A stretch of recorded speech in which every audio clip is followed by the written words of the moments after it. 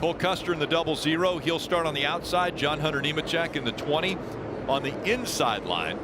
And again, in practice and qualifying, two of the best here at Miami. As we get ready to start this, the second race of the round of 8, another opportunity to get to the championship 4. And it begins right now.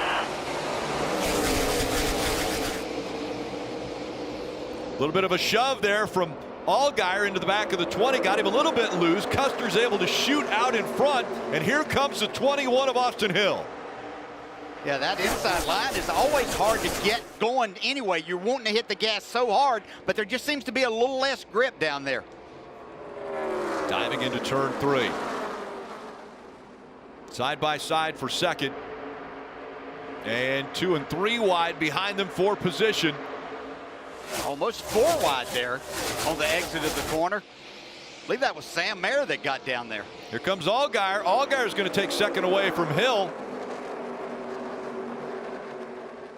And when these fresh Goodyear tires are able to get that traction, the lower part of the racetrack is perfect. It's great. You just have to minimize the amount that you're using those, because you can use these tires up in a hurry. You can go forward quickly, but all of a sudden, after about 10 laps, you're saying, where'd my race car go? Yeah, these Goodyear tires are like a block of cheese, Rick, and every time you run them across the grader, there's less available. And what DJ's talking about is if you jump on that gas to clear that and you spin that tire a little bit, that's it. That percentage of tire life is never coming back.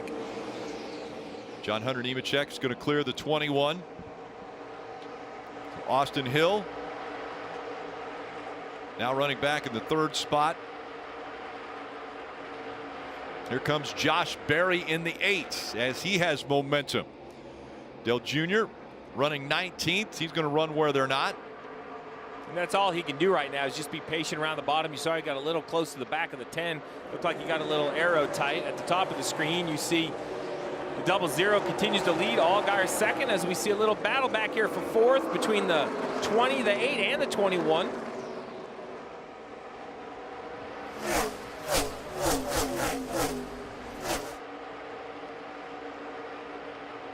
This is a big fight back here. So you saw right there, another big thing we're going to talk about, DJ, is compromise. We're going to hear a lot of spotters say, you know, a run on the top, and you have to determine if you're going to leave him a lane, right? So the 26 right here, he has the 88 outside, the 11 outside of him. 3 wide bottoms could be very hard to accelerate. Dave. And Steve, you heard, well, you didn't hear, but I was listening to his spotter last couple of laps, and it is non-stop right now, trying to give Junior all the information that he needs to choose the best line for himself. And that spotter this weekend for Junior, veteran Joey Meyer, back at the helm on top of the roof, making sure he gives him the right places to go. You can see right there, that was his understanding of what he needs to do. He didn't try to press the issue. He didn't try to make it 3 wide going the middle where you have to turn the wheel so much that you're, you know, just like that cheese grater you're talking about, you're wearing out the front tires, taking that away. He let the things kind of come to him. Now he's got another run and he's going to make another pass, get another position, and not abuse everything too much. I know there's a lot for him to pick back up, but I will tell you, DJ and I was talking about this, Rick, if we get that long run in that final stage that we expect, you know, I know he doesn't run full time, but we're talking one of the best who have ever run the top. And I would love to see him on some 30, 40 lap tires, showing some of these younger guys just exactly how easy you have to enter and how you get back to the throttle to extend that straightaway. Yeah, second of fall off in the lap times from their fastest time in 5 laps. So that's just how quickly these tires go away. And I said, the harder you try to go right now, yeah, you want to make spots, you know, make these passes, move forward, but you just have to, if you'll just wait a little bit, be a little bit more patient, that'll pay off 5 times. You'll get cars a lot quicker, a lot easier. Here comes Allgaier. Things heating up front as Cole Custer's running the higher line. Allgaier slides up the racetrack behind Cole Custer. He's going to lose a lot of ground with that. That's what the accordion is going to look like. If the 7 runs the bottom, he'll close in on entry. If he runs the top, he's going to lose on entry, just like the 7 did right here. But now if you watch that top box, watch what happens for the 7 down the backstretch. Running off the top, he's going to close back in. It's that accordion. You know, you might run the same lap time, but you're doing it in a totally different manner. We'll see what line he takes this time as Cole Custer stays up high. So does Allgaier.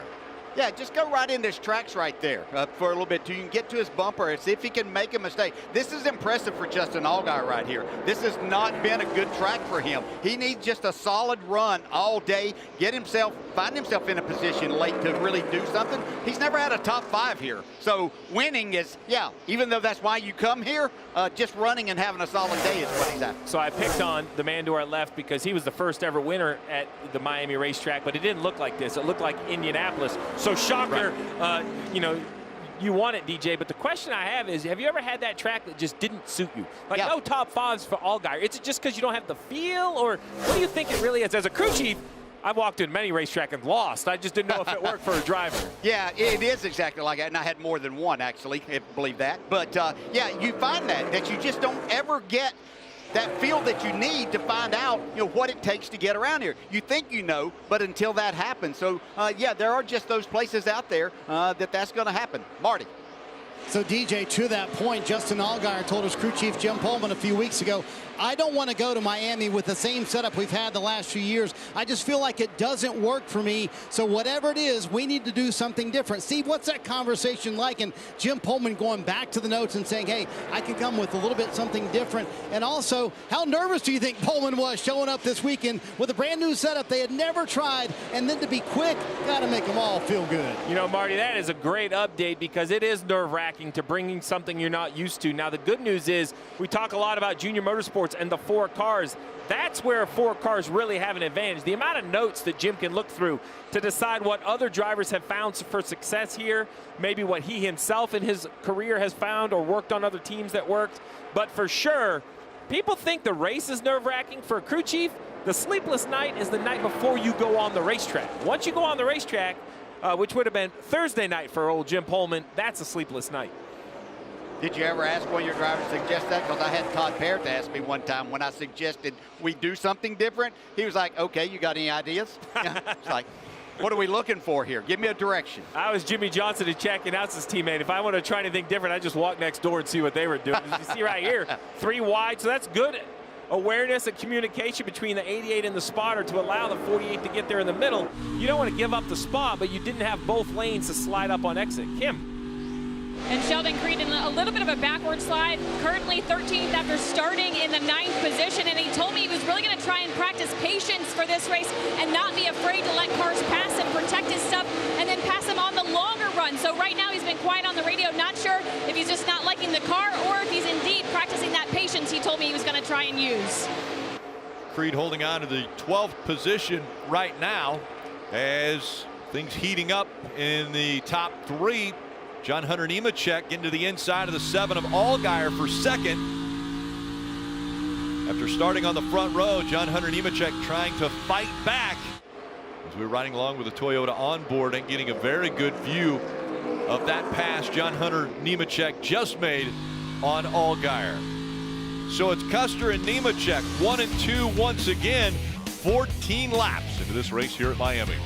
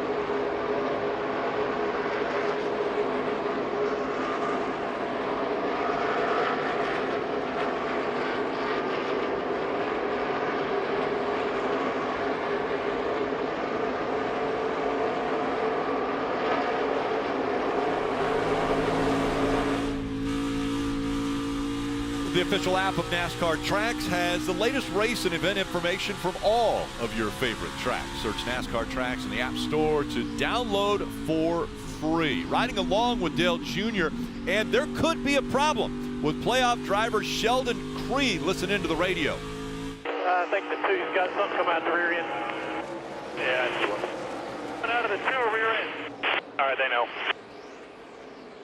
So we saw a little bit of fluid, it seems like, getting on the camera right here as he was following behind Sheldon Creed. Yeah, I'm trying to see exactly what it is. Obviously, there's some liquid coming out. It's too late in the run to think it's anything like fuel related. I was looking at the rear bumper cover. I don't see where it says wheel and changing color, so I don't know if it's water or another substance. Kim, what do you got from down on pit road?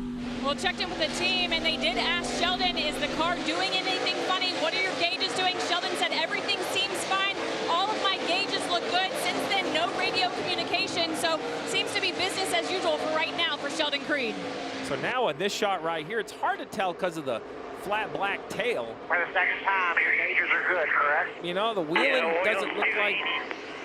So oil 280, I mean, they run these cars pretty hot now. Normally what happens when you have some liquid, it kind of blows up onto the tail, and then the grime from the racetrack sticks to the liquid and it changes colors. Actually, funny story, that's why most cars do prefer to run a flat black tail. Like in the old 88 Dale Jr. cars, we would run black tails because it's very hard to see liquid. So you might at least get to the yellow before you get black flagged. And there's two cars the same way, really hard to tell what it is. They've asked him a couple times about his gauges, so it doesn't sound like it's, you know, anything serious yet, but definitely a concern we're going to have to keep an eye on. Creed running in the 10th position right now. And again, I mentioned that Earnhardt was behind him. Everything else looks fine. Dale Jr. is running 16th. Just keep an eye on them. Thank you. So Creed's still moving forward, as a matter of fact, even if he does have some type of an issue. Well, the big concern is, you know, it's one thing if we had 24 to go in the race, but we have 24 to go in stage one, 179 to go in the race. So if it is a slow leak and something they'll see on the pit stop, they'll have to come up with a plan to try to repair it. It can be something as simple as overfilled oil itself, and it can blow out the breather of the oil tank. That would make sense from kind of what they're talking about, DJ. Well, we'll just have to wait and see on the pit stop. How about last week for this guy? I mean, to get your first win in your hometown and then do it by 15 seconds. Yeah. Dominant performance for Riley Herbst last week, Kim. Yeah, and so what's their goal now? Crew Chief Devin Restivo told me not have any bad days for the next 3 races. They want to keep that momentum of confidence because that sets the tone for where they start the next season. Riley told me, yes, their car is good here. Probably not quite as good as it was last weekend at Vegas, but they will be competitive. Currently running in the 7th position.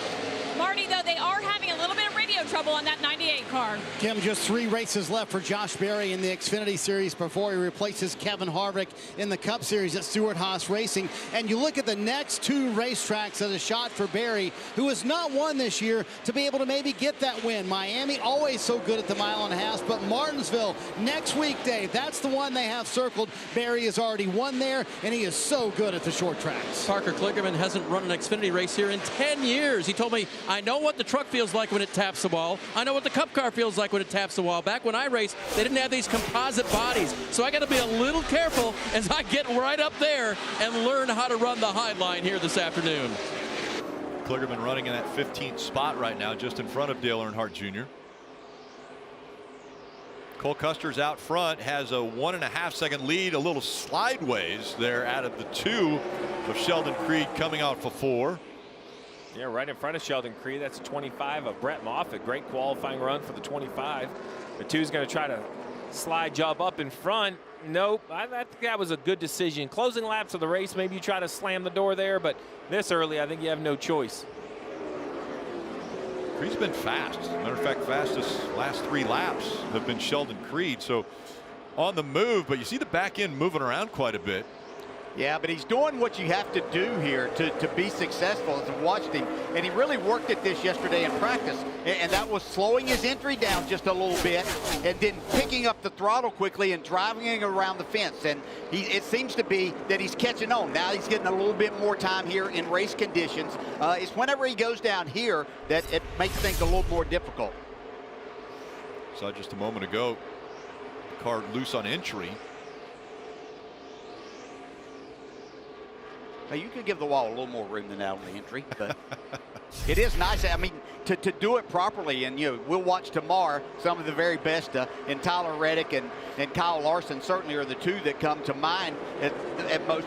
They're right against that wall on the entry. That's how to utilize everything about running the wall. The very best is to do it on the very start of the corner. That's the difference. Most drivers, especially on Sunday, half or majority of the drivers today, they can get right up against the wall in the middle. And then some can figure it out on exit. It's that first 500 feet of the corner that there is high, and then there's Kyle Larson high. And where they drive in literally, and if we go on board, you'll see like the wall almost turns back to your right. You have to almost steer to your right a little bit just to go left. It is an odd sensation to try to figure out a way to stay connected to the wall. Right there, you see that the 25 of Moffitt almost turns to the right at the end of the straightaway to never leave that wall. This time the 2's going to be able to slide him, but is a 25 going to cross him over? That's a good move right there. That's what you have to do. Now, that makes the tires a little bit mad when you slide across that much, but he accomplished what he needs to. I think he's faster than the 25 here. So, yeah, and it didn't really cut him off. He didn't make anybody mad. He made his tires mad for a second, but not the competitor. We can't make him mad. Those two, Creed was in Moffitt's wedding party when Moffitt got married back in 2021. As we see, Allgaier has fallen back to that third spot. Nemechek was able to get by him, and Allgaier about 4 seconds back from race leader Custer now, Marty. Yeah, good point, Rick. It wasn't 15 laps ago. Allgaier was contesting for the lead with Cole Custer. So what's going on? 3 on the seam, arc if you can. I already told you, man, I'm wrecking loose on entry. No way I can arc it more. I would love to. I am so loose doing that, though. How about your brakes? Try them. No help at all.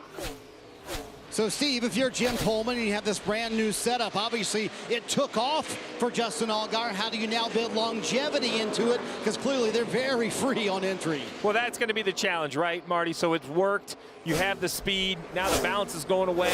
So now you have to figure out not only how to get the car to hold on more, but then what knob to change. Remember, when it's a brand new setup, they all don't react the same. If I have a setup that has a high cross weight or a big spring in a certain corner or something that makes the signature of this setup, well, that signature might need a different adjustment than something we're used to in the past. And you're actually making it worse going down there. It's hard to believe that as a driver, but you're making your problem worse.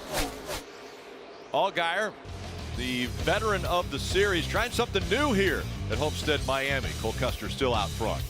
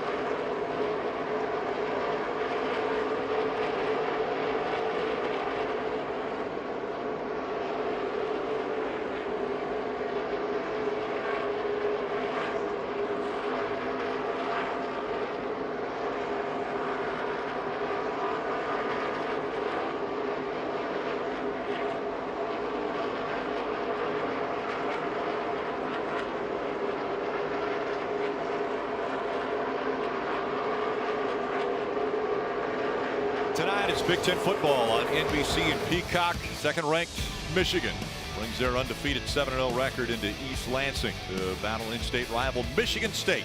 Coverage beginning at 7 p.m. Eastern. Here comes Saturday night. Things heating up on the racetrack as Cole Custer still has a 1.3-second advantage over second-place John Hunter Nemechek, but Sheldon Creed has worked his way all the way up to 5th and battling with Sam Mayer, maybe not making him happy here. I couldn't tell if he just got into the fence a little bit right here and just gave it a hard tug left to make sure he didn't get, you know, kind of pulled into the fence. Sam Mayer right on his rear bumper. He was saying thank you. He wanted the top line anyway. I wasn't sure what happened live, DJ, but you know, sometimes if you get into the tire, Rick, can almost literally pull you in. Kind of like dropping a tire off the side of the road. You got to pull harder to get back on the asphalt. You guys both said that, you know, this asphalt can make these tires angry. Well, what about those 2 marks that we saw as he came off? That can't make these tires too happy. Not at all. And he's paying the price for it right now because he doesn't have the speed that he had before that big slide off of turn 2. How about it, Kim? And for Sam Mayer, we're seeing him jockeying for position back and forth with Sheldon Creed, and his spotter Kevin Hamlin has come on the radio multiple times and reminded him to keep his rhythm. Do not race the other guys, race the racetrack. He said if you get too dicey with the 2 of Sheldon Creed, it's going to allow the guys behind you to catch up. So again, Kevin Hamlin, the spotter, a veteran spotter, playing a key role. We've documented it throughout the rest of the season about how crucial he is to Sam and Sam's headspace throughout the course of a race. When we talk about tire fall off, as we have just 8 laps to go in stage 1, and those tires getting angry as we see Sam Mayer even getting a little bit loose there and trying to get some grip. They're running 37-second laps now. They were running under 34 seconds to start this race. So you think about that, over 3 seconds of loss per lap that these tires have fallen off. But last lap, this 1 car and the 2 car who are running right there, been battling, they were the 2 fastest cars there in this front group. And so they're actually faster than what the leaders are at this point in time. One of Sam Mayer looks like he tagged the wall also here just moments ago. Right there. So easy. Oh, that's so easy to drive, Steve. Is that what you're talking about? No, so easy to touch the fence. It's actually those composite bodies that we were hearing about earlier. That's made a big difference, because if that was an old steel body, you can only do it a couple times and you knock the sheet metal in on the right rear tire, and that's normally the end of your day.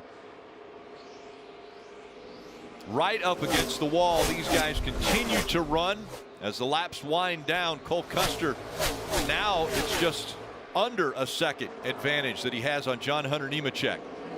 Points paid at the end of the stages. And for Allgaier, who's right in front of Sam Mayer, he's hoping for 6 smooth laps because both of those cars are running him down. The 0-0, so far so good. He's led every lap of the race. And the problem, if they are able to get to the 7 of Allgaier, because he can't enter the corner high, they might get to the outside of him and make that pass, even though Justin has moved up the racetrack trying to take that away from them right now. And this is where you get a little frustrated is the right word. So normally we talk about lap traffic. Well, the lap traffic's running the top. That's kind of forcing the leader off the top. And this is that battle you were talking about, the 7 of Allgaier, and the 1 has got right to his rear bumper. Yeah, look how much more speed he has, right? He got back in the throttle there. Cole Custer cannot be happy right now with the 44 of Jeffrey Earnhardt, and we're seeing fire coming out of the 28s on pit road. McLaughlin having to go to the safety crew there. Cole Custer coming up on 4 laps to go in this stage. Marty. Cole Custer would love to lead all of those laps, but he also sees John Hunter Nemechek catching him, and he asks the team why. Oh, you know what he's doing different than me? Copy, I haven't seen anything really yet. Exact same line as you in 1 and 2, and very similar in 3 and 4. I'll let you know. I see that he does different. It looks like he rolls a little more speed into 3. Other than that, I don't see much. So, DJ, how sensitive is Homestead-Miami and getting close to the wall? We know the speed is there. We also know the risk is there. Yeah, it really is. And, of course, both of these drivers, they don't seem to be challenging it quite as much. But when you see someone in your mirror catching you, you want to know what they're doing. Is there something that I can do to make things a little bit better? So, you know, this is the end of stage 1. Make the most. I know Cole Custer wants all 10 of those points that he can get. You know, he might take all of that away with the win this afternoon, so just be careful. Part of the big four as we see laps being turned at about 37 flat for Sam Mayer, but John Hunter Nemechek over 38 seconds the last time by, so a second slower. Yeah, that lap by Sam Mayer was unbelievable. He caught the 7 and kind of went right by him, where the 2 is kind of got stuck behind the 7. Now the 1's in traffic.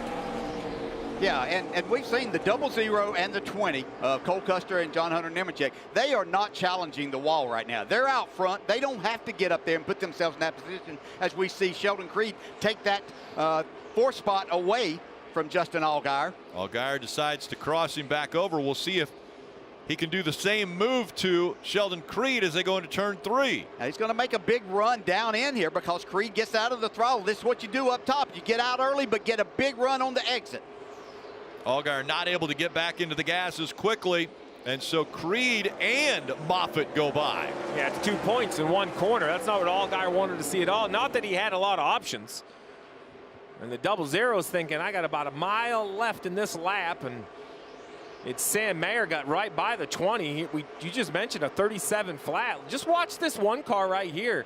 I know he's probably too far back, but this last corner can be all you need to have ultimate optimism for the race ahead. Watch the 1 put it right on the fence, the 00 running down a lane. I mean, he's going to close in 20 car lengths in the last set of corners. Coming out of 4 to end stage 1, it's Cole Custer. He's going to grab that stage win. 5th stage win already this season for Cole Custer. Again, this is the side of his first race win in the Xfinity Series. Riley Herbst, Austin Hill, Kaz Grala, and Daniel Hemrick rounding out the top 10. So Custer, while setting a blistering pace out on the racetrack, the 28 of CJ McLaughlin having fire issues on pit road.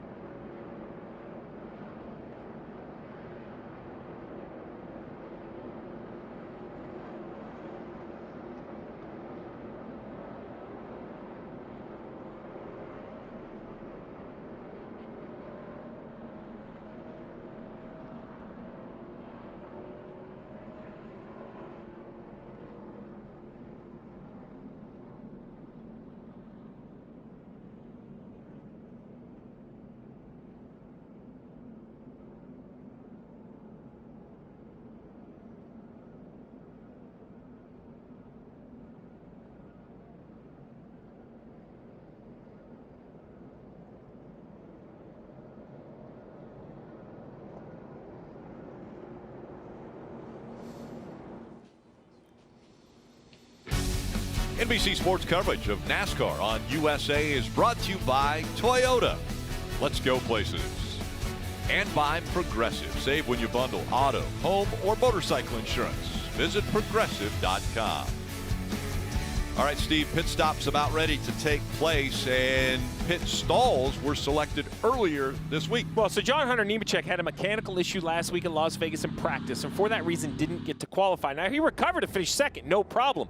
But because of that lack of qualifying, he was assigned a pit stall at the end. So here is the 20 right here. Why does that matter? Because in front of him is the 18, who will come in around him. If he got to pick his own pit stall, he'd be down near an opening or somewhere else. So going to be very interesting with the 20 running third, the 18 of the Sammy Smith running 14th. He's going to come around the 20. 20's really going to have to stop back to be able to get out and not get blocked in.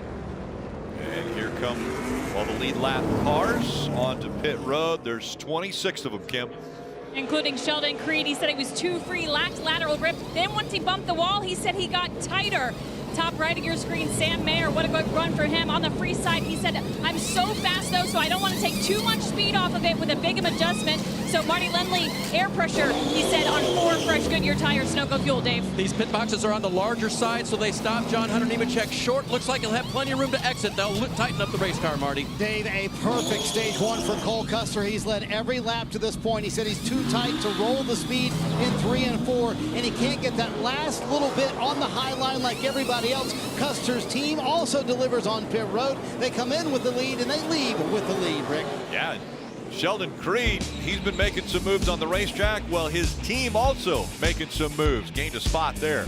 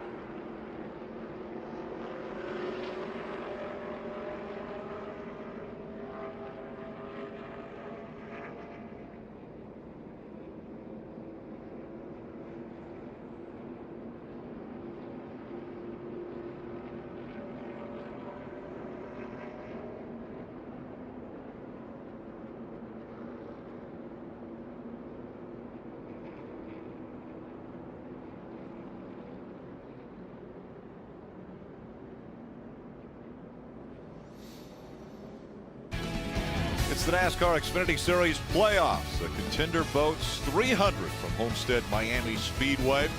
We saw a dominant performance from Cole Custer, so that's the obvious one right now. But who else is impressing you through stage one? Yeah, I think you have to look at Sam Mayer and Sheldon Creed. I mean, that was really impressive where they came from during that run to get themselves right up into the mix. And one of those two wins, oh my goodness, the things for the playoffs really get shaken up going to Martinsville next week. Well, the two on the other side, the 7 of Allgaier, good speed early, kind of lost the handling on old tires. And Austin Hill, he lost 3 spots in about 3 laps. Then he had a big gap behind him, so ended up working okay. But you have to wonder what kind of speed the 7 and the 21 can have after adjustments. We also have to keep our eye on the 2. There was mention of possibility of fluid, but we haven't heard anything of that, and he had a great run there toward the end. Take a look at the points that they earned in stage 1. As you see, Cole Custer winning the most points you can with the 10 points for the win of the stage. Sam Mayer 9, Nemechek 8, Sheldon Creed 7, Allgaier gaining 5. As far as playoff drivers go, Austin Hill with 3. Yeah, and 1 missing. Chandler Smith was unable to score points, and all that does is make the task ahead just a little bit harder. Dave, what's going on with the 0-8? Well, Rick, folks will remember in pre-race we told the story of how Mason has overcome his fear of talking because he has a stutter by working hard at it. Now, one of the things you have to do as a race car driver is deliver information clearly to your crew chief. This was before he just stopped. Almost undrivable. It's just, I go in the corner, let off the gas, it gets really, really tight. And then, like, every time I touch the gas, like, I don't know if it's going to shove the nose 15 feet up the track or if it's going to spin out. I just have no idea. So that was him before the pit stop. They gave him adjustments to make up for that. It wasn't great news, but it was very clearly communicated. You never know you have a stutter. Yeah, Dave. And, of course, tomorrow is International Stuttering Awareness Day. Mason Massey out of Douglasville, Georgia, wanted to make everyone aware you can reach your goals even if you have something that is trying to block you from that. You think about what he's done in his career of racing. He's won over 300 races that he's been a part of, 11 championships, 10 track records. Really impressive what Mason Massey has done. As a matter of fact, one of the first races that he ran in, he was so nervous to do the interview, he backed off and didn't win the race on purpose. And so you think about that, how much he has grown in his racing career. Yeah, just an incredible story. And I'll tell you what, that was a detailed description of what he was going through. I don't know, Steve, as the crew chief, you can fix all of that, but you can try. Getting ready for the restart, Sam Mayer now on the inside of Cole Custer. Will Sam Mayer have anything for the double zero as we get ready to start stage 2 here at Homestead-Miami? Custer, Mayer, Creed, Nemechek, Allgaier, all a part of the top 5. Wheel spin, second car on the outside. The 2 of Creed definitely didn't want to accelerate. Look at Sam Mayer, even on the bottom. He made up all his time early or late in that run, like using the top there. Takes the lead from Cole Custer. Custer coming back to the bottom, though. Dives to the inside in turn 3, but momentum sticking with the 1 of Mayer. Mayer running it right up against the wall on exit. They're still side by side for the lead. And that right there is the first lap that Cole Custer hasn't led here at Homestead-Miami. Mayer was in front of him by 2/100ths of a second. Now Cole Custer back out front. And you need to be very careful here. I know you want to lead this race, but we've said it the whole first stage. Tire life, tire life, tire life. If you get so preoccupied with that other driver that you overdrive your car, give it about 15 laps and you will wish you hadn't. We'll see what it's done for Sam Mayer. He tucks in behind the double zero there. Ride for a bit. Yeah, ride for a bit. That's the thing to do, is just do what you're doing. Save these tires for a little bit. He showed that he's willing to go up there and run that wall for the majority of a run. Cole Custer did not show us that he was ready to go up there and do that. So just take it easy here for a little bit. Here comes Justin Allgaier once again, kind of like he did in the first stage there. Right, you wonder if this setup doesn't, you know, it's one of two things. Justin Allgaier knows what he's doing, right? But if this setup fires off good, does it have him overdrive the car? Is that what's hurting the tires, or is it going to fall off either way? Yeah. I'm not sure they know with this brand new setup. As Marty reported in the first stage, they're trying something different this race. It works on the short run, it's hurt on the long run, but I love that coaching. Ride for a bit. Doesn't mean I want you to care less. Just ride, just take a deep breath for me. It's like when a caddy tells his golfer to step off the thing, the wind blows or the crowd makes noise. Hey, get your composure back in and just settle in. So now Allgaier, he's not settling in at all. He's trying to take second away from Sam Mayer, his teammate at Junior Motorsports, and he takes that position away. Now sets his sights once again on Cole Custer. Yeah, but you could just see as he was doing that, as he came off of turn 4, he powered up really good, but you could just see the back just skate across that asphalt. And as he's doing that, that's just taking the rubber away from those 2 rear tires. Can this be the youngster Sam Mayer being patient and letting the 2 veterans drive away? Let's find out, Kim. Well, you heard Jeff Burton in our Countdown to Green show talk about how abrasive this track is on tires. We're documenting it right now. Here's how the one team described what happens throughout the course of the run. You know when you throw a toy for your dog on a hardwood floor and they try to take off and they just Scooby-Doo? Like midway through the run, that's really what this looks like. So you got to manage that. And as long as you keep maintaining at least that momentum center off down that hill, you'll be good. So that was a really good first stage. We'll just keep hammering away. Yes, sir. Scooby-Dooby-Doo. And again, Kevin Hamlin coming on throughout the course of this run, reminding him, don't burn up your stuff, just be patient. So we are seeing this young driver use his head here and try and be patient throughout this tire run. Junior Motorsports has assembled a very good group around the youngster Sam Mayer, right? We're up on top of that was Kevin Hamlin we heard on top of the roof, a cup spotter, great information. And how about his delivery? Sounds like he's sitting in the car with him, just calm as can be. And then Marty Lindley, known so well around the short tracks of the Southeast. He has that. It reminds me a little bit of that Tony Uri Senior Dale Jr. vibe, right? Like Marty Lindley, he's a veteran, and he looks at Sam Mayer as a race car driver, as a youngster, and he coaches him with authority and gives him some structure, but also really respects his talent. You can see that union really working well all year. I will have to say that might have been the most unique description that I've heard. It painted a great picture. It did, though, yeah. I was Googling Scooby-Doo. I didn't know it was so Scooby-Doo like sliding, like just mystery machine? Like, where are we going with it? Everybody that's a dog owner has seen that before, where you throw a toy on it's wood floor, that dog takes off trying to run, and the paws just slide. So a great analogy there as we see John Hunter Nemechek trying to get to the inside of the one of Sam Mayer, trying to take this position away. It's the battle for third.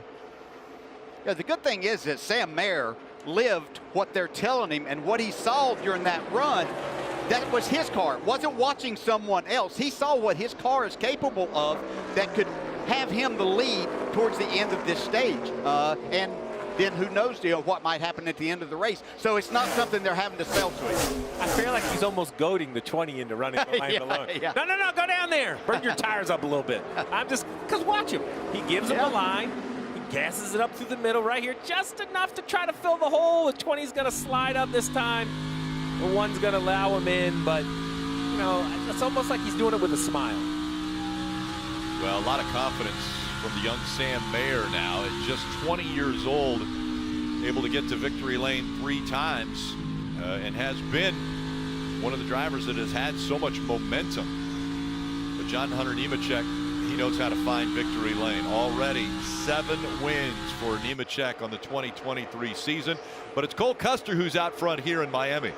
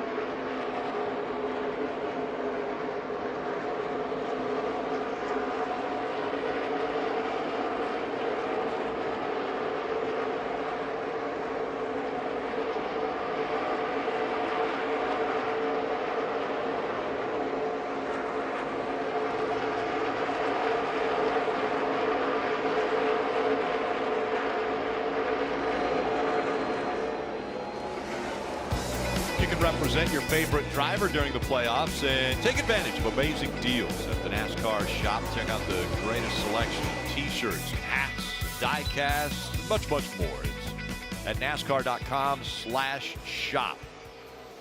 Cole Custer out to a 0.8 of a second lead over Allgaier now, who's running in that second spot. John Hunter Nemechek is third, Sam Mayer fourth, and Riley Herbst, last week's winner, is running in the top 5.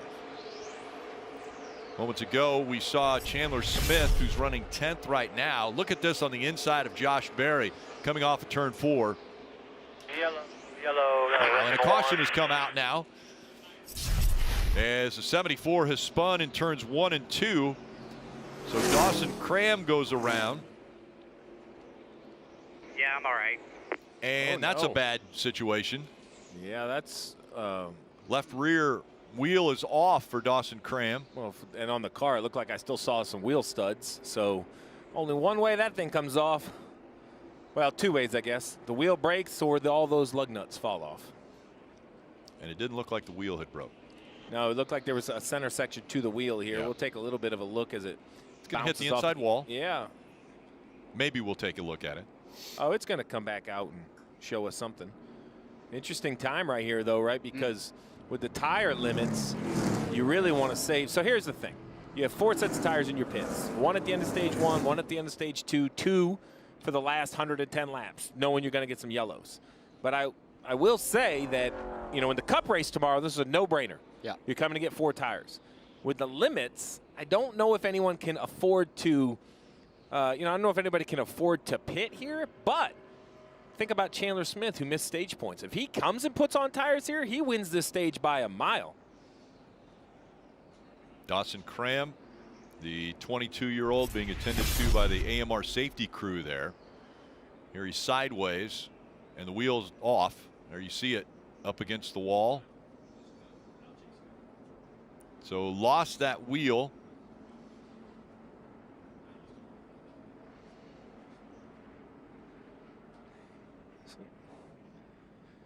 We'll see. I think pit road is open this time. Like I said, I just don't think the leaders really, I mean, it would be, man, I don't think you could burn a set now. But will a Chandler Smith, will somebody gamble and say, you know what, it could go bad later, but I need to do something to try to score some points. Although being a set of tires down would be a bad situation later in the race. Yeah. Chandler Smith's going to need more than just tires. Quite a few are making their way past the entrance to pit road. Just a few takers. So we'll reset the field and get the line back up for the restart here at Homestead-Miami. Still 21 to go in stage 2.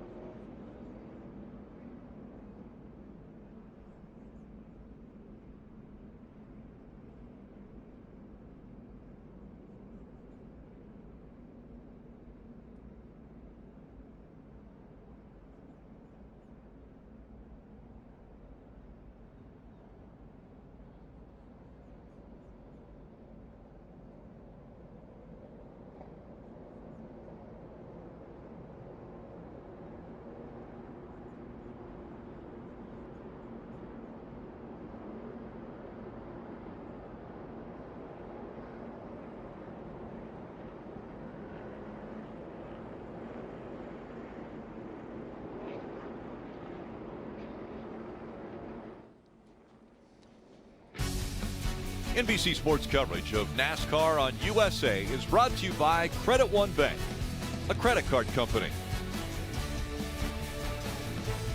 Getting ready for the choose and one to go before the restart here. That looks like they're going to be restarting with 18 laps to go in stage 2. Currently, Dale Earnhardt Jr. running in the 14th spot. Let's dial him up on the radio, Steve.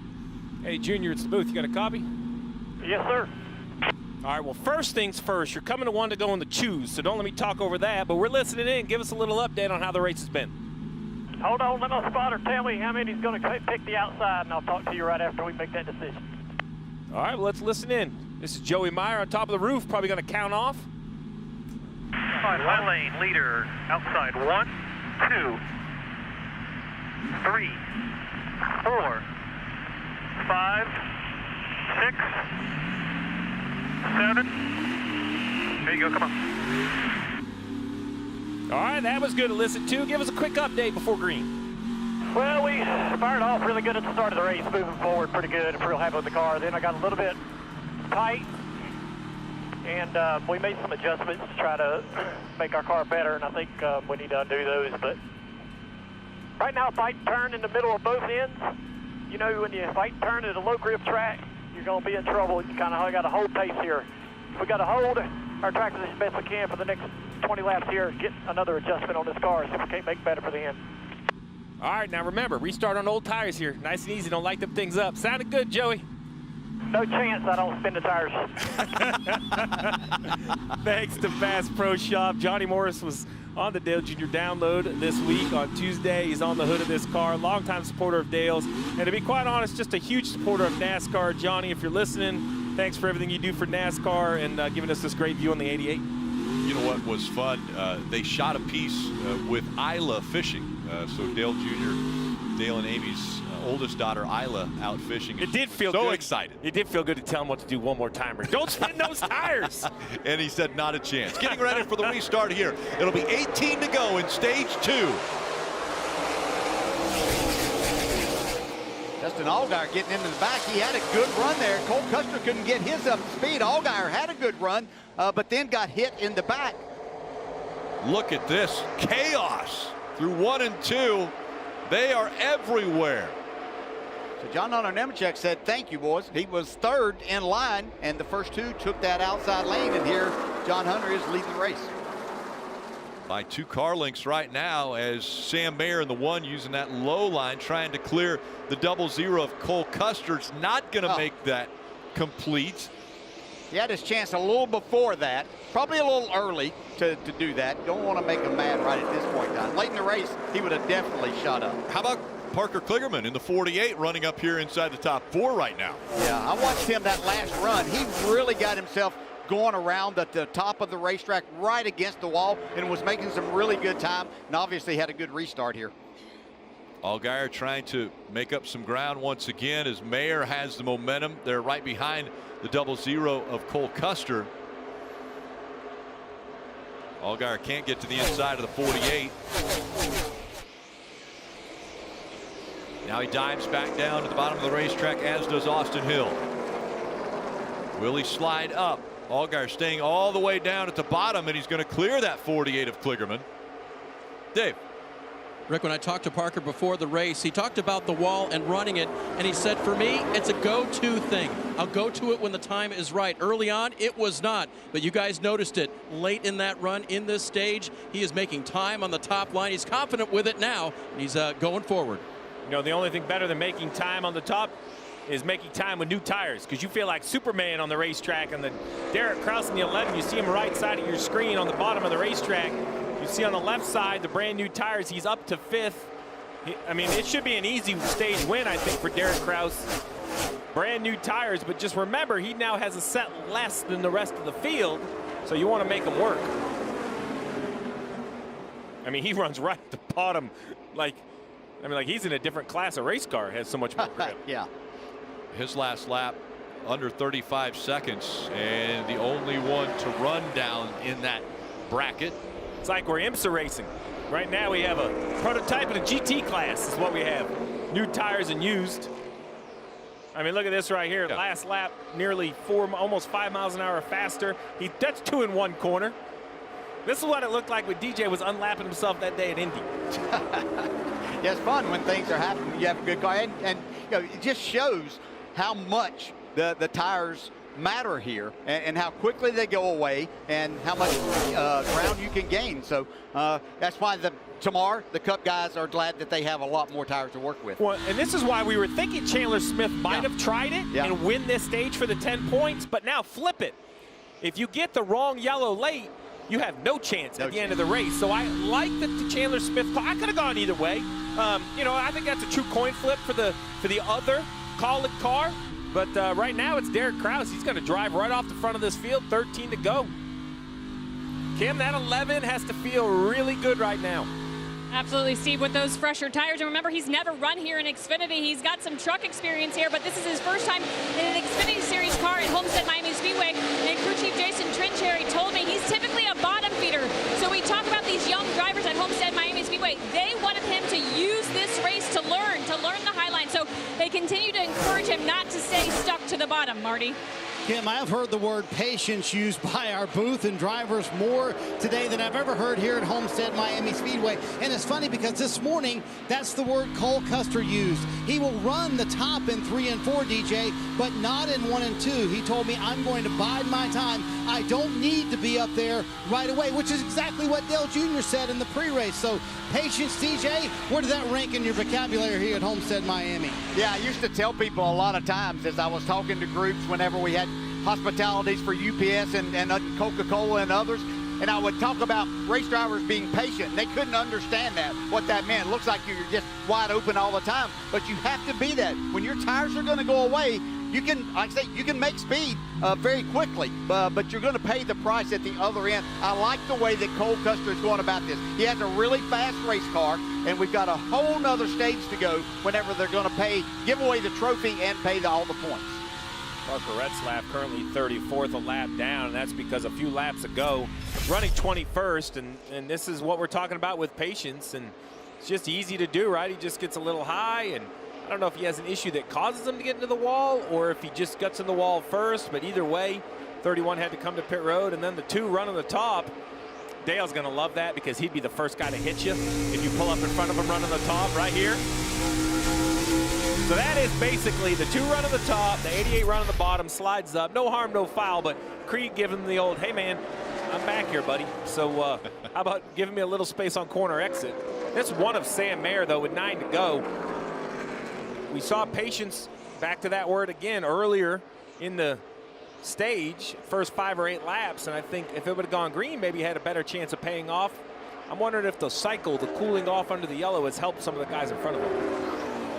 Kaulig Racing has thrown the younger driver, Derek Krauss, behind the wheel, and he's out front. A lot of people are wondering who's Derek Krauss. Well, he was the youngest driver to win in the ARCA Midwest Tour in its history back in 2016, and right now he's only 22, so you think back, he was 15 years old when he was able to get to victory lane there. And that's a name I hear a lot when I walk through the Xfinity Series garage. Just when you hear a name that many times, you just wonder what it's going to look like next year. We'll see if he ends up in a full-time ride, but we're hearing a lot of whispers for opportunity for Krauss. We'll see if that pays off. 2017 Canon Pro Series West Rookie of the Year, West Champion in 2019, and now with tire strategy, he's put the 11 out front with 7 laps to go here in this stage. Steve, is that a possibility of a winning strategy for this team if they can come off of pit road and hold this lead? Well, the problem is, you know, if it runs green in the final stage, it could be. But if there's any sort of caution in that final stage, they don't have that extra set of tires to put on. So that's going to be the problem. But can it end up being that way? It absolutely can.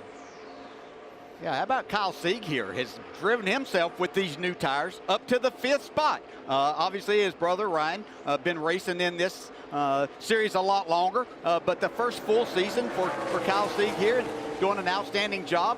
No, that has to be a lot of fun to get out there and mix it up. And he went up there and passed Justin Allgaier. Heck.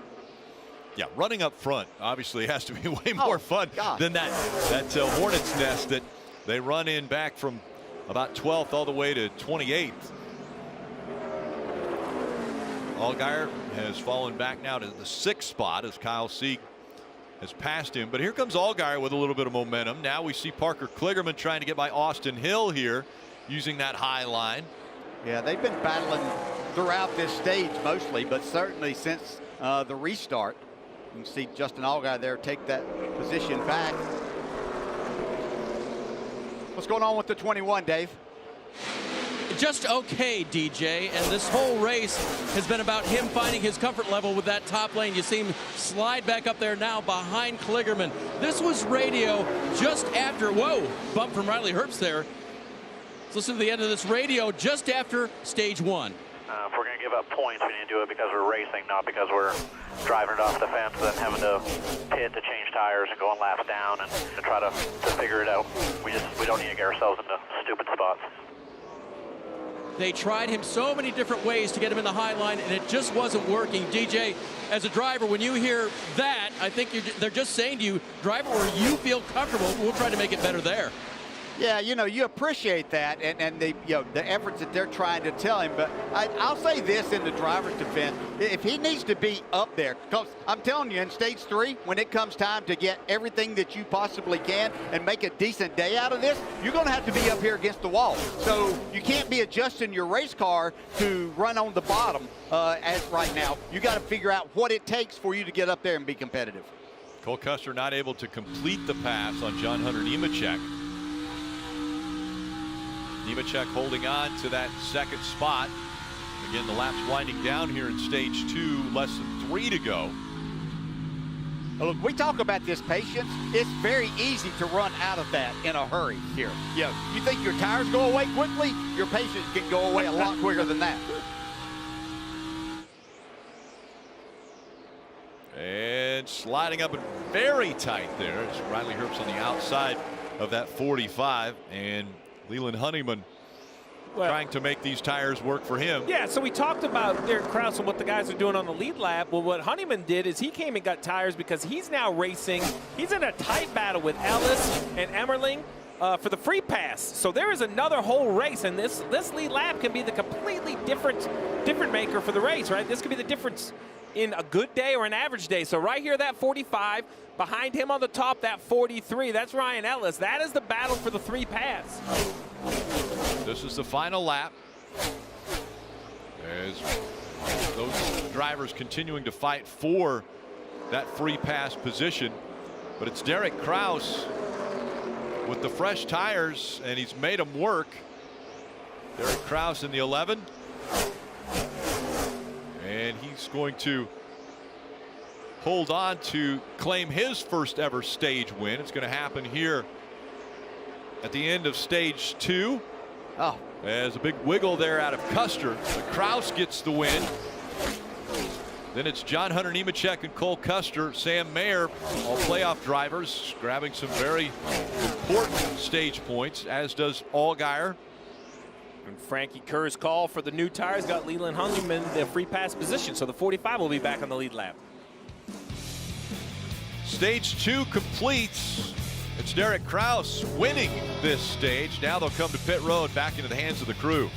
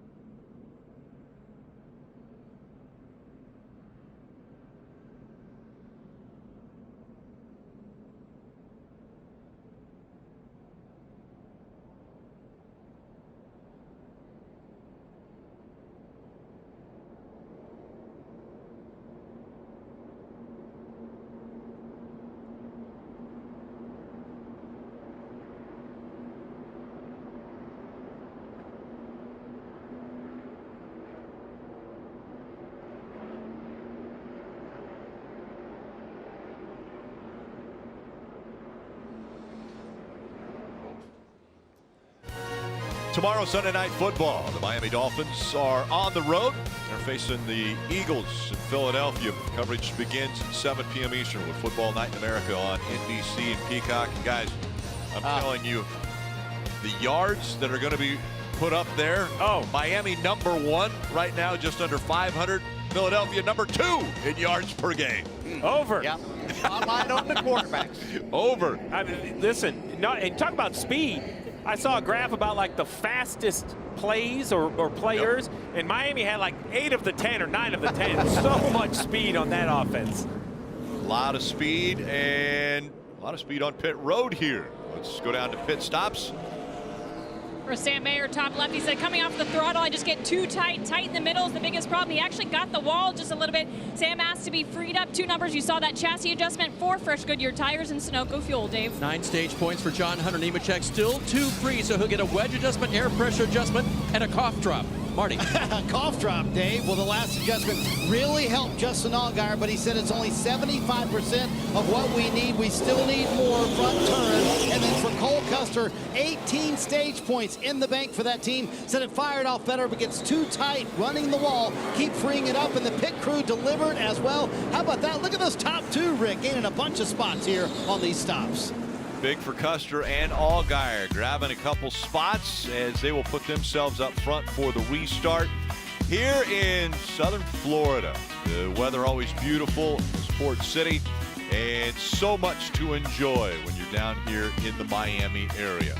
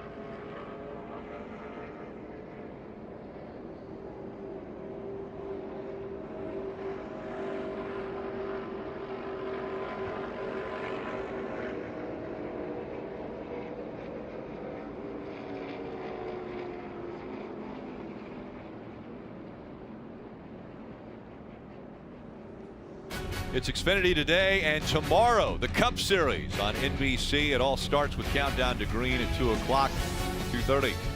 The second race of the round of 8 for the Cup Series. Who's going to join Kyle Larson in the championship 4? And it all gets wrapped up with NASCAR America post race at 6 o'clock.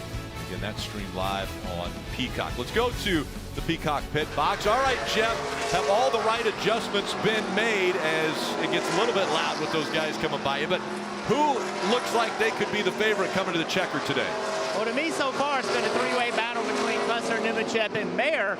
The question I've got is the last 4 races, 3 of those have ended with late race restarts. So your car might be good on a long run, but if you get that late race caution, you better be able to take off fast, and we don't know who that is yet. And we don't know who that is because we've seen Mayer, the longer they run, he pulls back to the front. He's able to go. We look at Custer, we look at Nemechek. Those guys are pretty consistent. The two guys that have been working with the net so far is Justin Allgaier and Austin Hill. They fall like a rock. The only thing that saves them are the stages.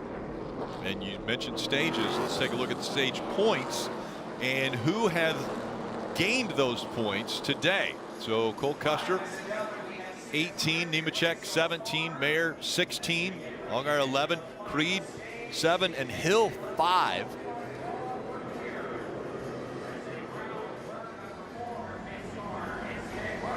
Field 2x2 as we get ready to start the final stage from Homestead-Miami. Custer and Allgaier, good pit stops. They're restarting up front.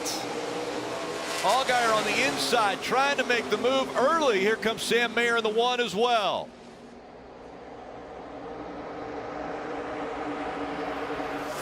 Allgaier drifting up the racetrack, but doesn't have that double zero cleared. Contact in the back. The 16's around. Get a roll when you can.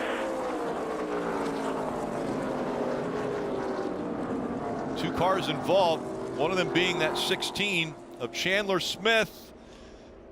Oh, Brett Moffitt having such a good day. Qualified up front, ran up front, scored some stage points, 6 on the day. Chandler Smith, you kind of said it, DJ, just wasn't the day the 16 needed to kind of get back in this playoff picture, and this is going to, in my opinion, take them all the way to a must-win next week at Martinsville. So much damage to the right front and the front of this entire number 16. Take another look at what happens. Yeah, they're 3 wide off the corner. At least. Oh, you see it looks like Krauss, and is that the 9 of Jones? Yeah. Yeah. In fact, he got loose and came down, didn't he? Oh, here's a good look right here. So the 11. Yeah, it's hard to tell from that angle, but it does look like the 9's coming down. It's off the wall quite a bit. I can't believe he's just turning down on purpose. Yeah, so either he got loose or didn't realize there was 3 below them. This would be a great angle to see what happens to the 9. So you're looking at that black hood, yellow car. They almost just kind of get stuck together. Kind of just an odd situation. And isn't that how it always works? Those two get stuck together, and the 16 is the one that gets spit out of line. The dominoes fall wrong here for Chandler Smith, playoff driver. Yeah, look at that, and from that angle, you can't put that on the 9. Nope, from that angle. Here's on board. 3 wide, 20, spin, go, keep on. High. Caution. 4 wide for 10th just doesn't seem to. I mean, I'll be honest, when I watch these restarts, I can't believe this doesn't happen every time. But that last shot down the straightaway, I think the 9 was holding his line. I wonder if the middle car didn't maybe get surprised by somebody to his left and just move up. Not real sure. Marty. Yeah, Rick, obviously Chandler Smith's vision a little bit hindered by the seat rest in there, but he said, what was the 11 his teammate, Derek Krauss, thinking, but he couldn't see the 9 was there as well. And now the point situation is going to go sideways here for Chandler Smith and his race team. They obviously have that right front damage you mentioned, Rick, but they also said they have a left front tire rub as well. So going to have to patch this up. It looks like they'll be in a must-win situation next week at Martinsville if they want to make the championship 4. You know, coming into this race, Chandler Smith was only 15 points behind that cut line. And now after all of this happening, as they're running, he's 48 points back. And very unfortunate situation there. Even after Noble Jack, the Smith family introducing their second son. That was on Thursday morning, but this is not the way he wanted this race to go.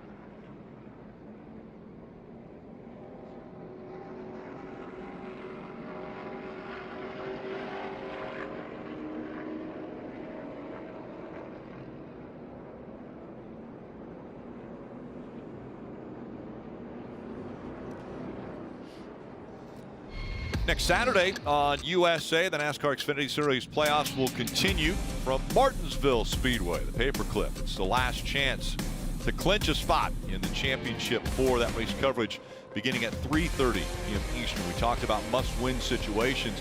Possibly that is where we will see the 16 of Chandler Smith. He's 52 points below the cut line right now. A guy who's comfortably above the cut line, the 20 of John Hunter Nemechek, Dave.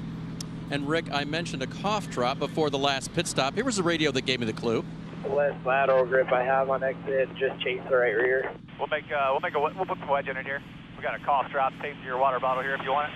Yeah, that'd be awesome.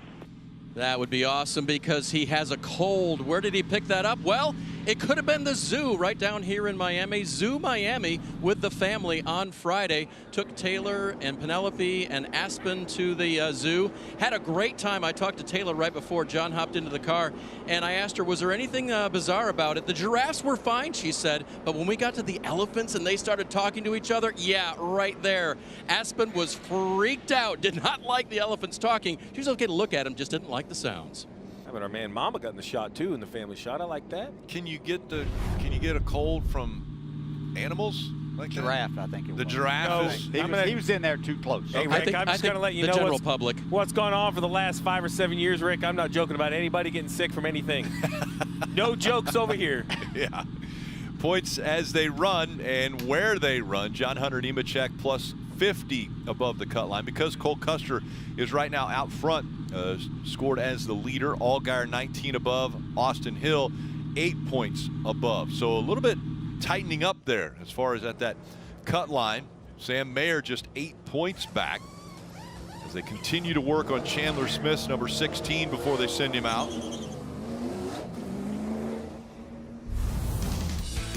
So Chandler Smith, playoff driver, gets caught up in this one. Big contact there with the 2 of Sheldon Creed as well. We'll keep our eye on that car too.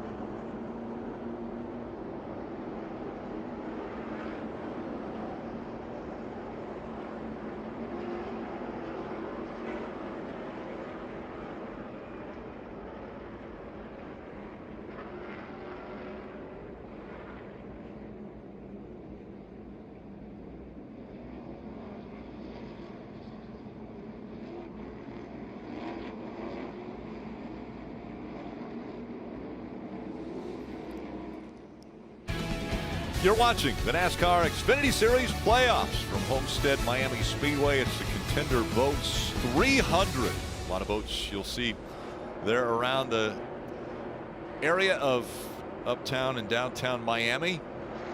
As we get ready for the restart here, Allgaier on the inside, Cole Custer on the outside. Allgaier has shown some strength on the bottom of the racetrack here. We'll see if he can do it again. Under 100 laps to go, 97 now as we get the green flag. 3 wide and 4 wide as they go to turn 1.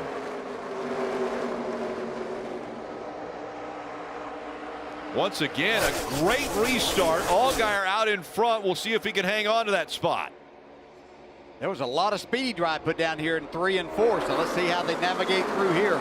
Sam Mayer all the way to the bottom of the racetrack. He's going to try to get by that 0-0 of Cole Custer. Gets up beside him as they come off of turn 4, now ducks in behind.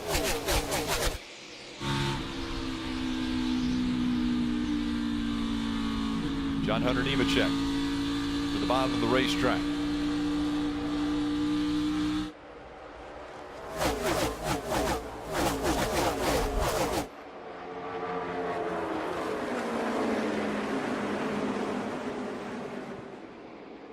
I like the fact that this one car, Sam Mayer, he likes it up there against the wall, but a lot of times on a restart, after you've got some laps on the tires, you don't need to worry about going down to the bottom. Your tires aren't going to be coming back, so go like your tires, have some time on them, and utilize that wall and make it your friend right there. Make it your friend. I like that approach. Yeah, I was getting ready to say, we're going to quote that. DJ just said, make the wall your friend. As Mayer goes to the bottom of the racetrack now and will slide right up in front of the 0-0 of Cole Custer. Slide job worked to perfection there, but here comes Cole Custer on the crossover move. Yeah, but I think the one's got the preferred line here, getting back to the corner, although Cole Custer showed a lot of speed right there and was able to take that spot back. He said, I want to be second, as he throws it back up in front of the one, but Sam Mayer, all right, are these guys just tearing the tires up, racing for the second spot? Yeah, but it's time to go win now, so you got to try to get all the track position, do everything that you possibly can right here. You know, you can control things better if he's in front. You know, if he can get to the lead there, he knows that the 7 car has been falling off on these runs, so he knew that if he could get in front of Cole Custer here, the lead could be his. While these two are fighting for second, they're catching the 7 of Allgaier. Now Cole Custer. Safe with everything. You guys are running hard. Don't burn your stuff up and don't get in any trouble with Cole here. Right in the track, tire tracks of just that 7. FYI, either got a tire coming apart or a wheel loose. That was Justin Allgaier's radio last lap to Jim Pullman, so he thinks he either has a loose wheel or a tire coming apart. Steve, as a crew chief, what do? You're almost helpless. Well, all you can do now is support your driver. You need to say, listen, I'm not in it. Only you know what you have. We are ready. If you think we need to pit, that's fine. The other bit of information, though, 92 to go. I would say we are 30 out of our fuel window. I'm not saying you can or can't, but DJ, let you know if you can somehow manage 30 laps, I'll pit you early. As soon as I can make enough fuel, I'll bring you to pit road. Confident in everything? So are you confident? They're going to look at the helmet cameras of the tire changers. What they'll do is draw a pink line on the socket. And when you spin at full trigger, it just looks like the socket's pink. But as the lug nuts tighten, you start to see the line. Naked eye, maybe not. But on the camera slow down, if you can see the socket stop at least 4 times, you feel pretty good about it. The other thing is you look at the air pressure deviation. These are nitrogen tanks that run the guns, and you measure the pressure, and every time the lug nut tightens, you see a spike in the air pressure. So you can actually look at it like data and count how many tighten lug nuts. Now, all of that has lied to me over the course of my career, so you are still kind of taking an educated guess. That's what the 7 is doing right now. Marty. And Jim Pullman came down, looked at all of his tire changers and said, are you sure? But what you're looking at here, bottom left of the screen, is an iPad, Steve. It has a little SD card, and they're putting every tire changer's SD card in there so they can watch that video on the iPad so they can all visually confirm, yes, we got them tight. And now the issue is, say it isn't a loose wheel. Say it isn't a tire coming apart. Maybe it's just a vibration.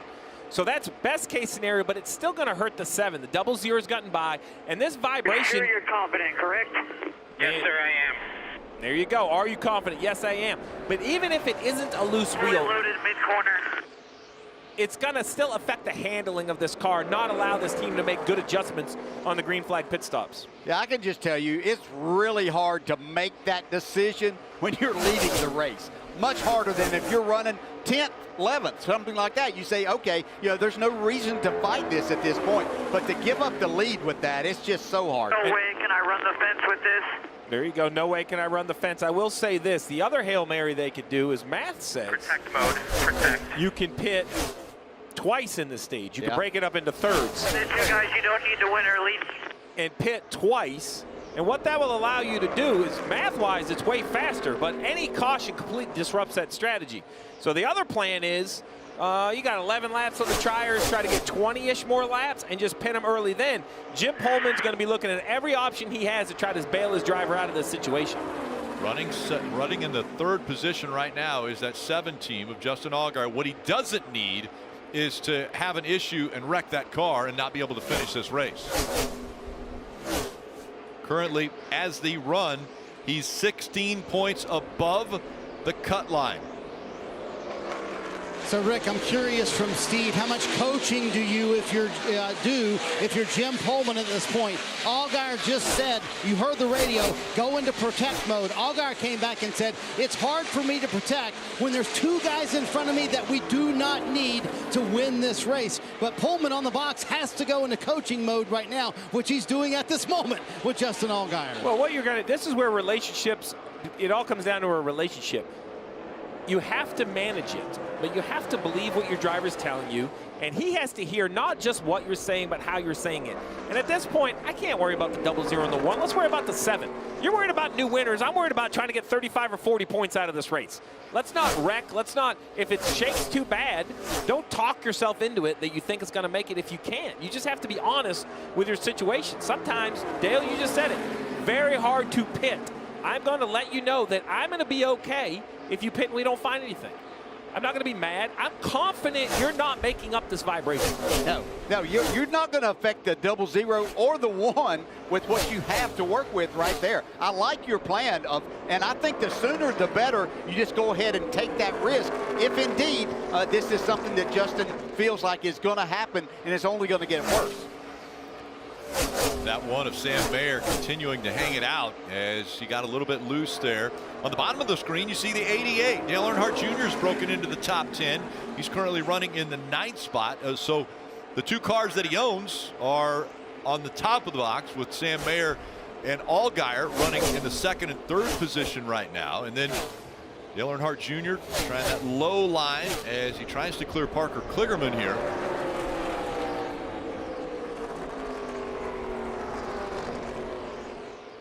Dave, how about Dale Jr.? It's a simple thing, Rick. He just asked for a little bit of an adjustment before that last pit stop. Car was still a little bit too tight, and now a little bit freer is better for him to drive, as here comes Parker to give him a little shove right there. He had the opposite problem earlier. Remember, the car was too loose, so they went too far, and now he has a better car that he can race with. Trying to take Sammy Smith now. Ran a little bit lower there through 3 and 4. See that sun issue that Jeff Burton talked about earlier today going into turn 1. Dale Jr.'s got this thing rolling. Yeah, at this point in time, the sun's only going to get a little bit worse for just a little while longer, so it's going to be something they're going to deal with through the end of this race. So Dale Jr. is going to fight for the 7th spot now with Sammy Smith. It's Cole Custer and Sam Mayer still out front fighting for the win.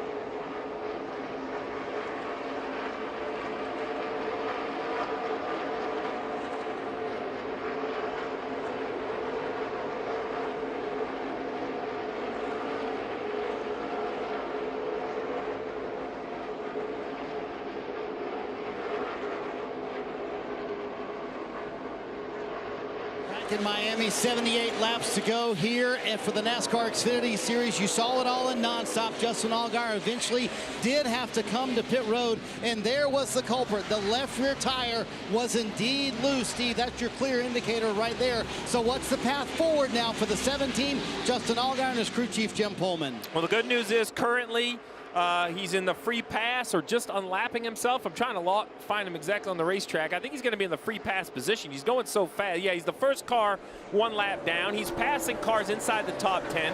With fresh tires, he should unlap himself in about 6 or 7 laps. So my plan now is I have to decide, am I trying to stop the bleeding or am I trying to win the race? Because if you stop the bleeding, what you do is you just run until you're about out of gas and pit at that point and hope you get a yellow. Now, if you're in Vegas and you're going to push all your chips on the table, I wouldn't wait till the next caution.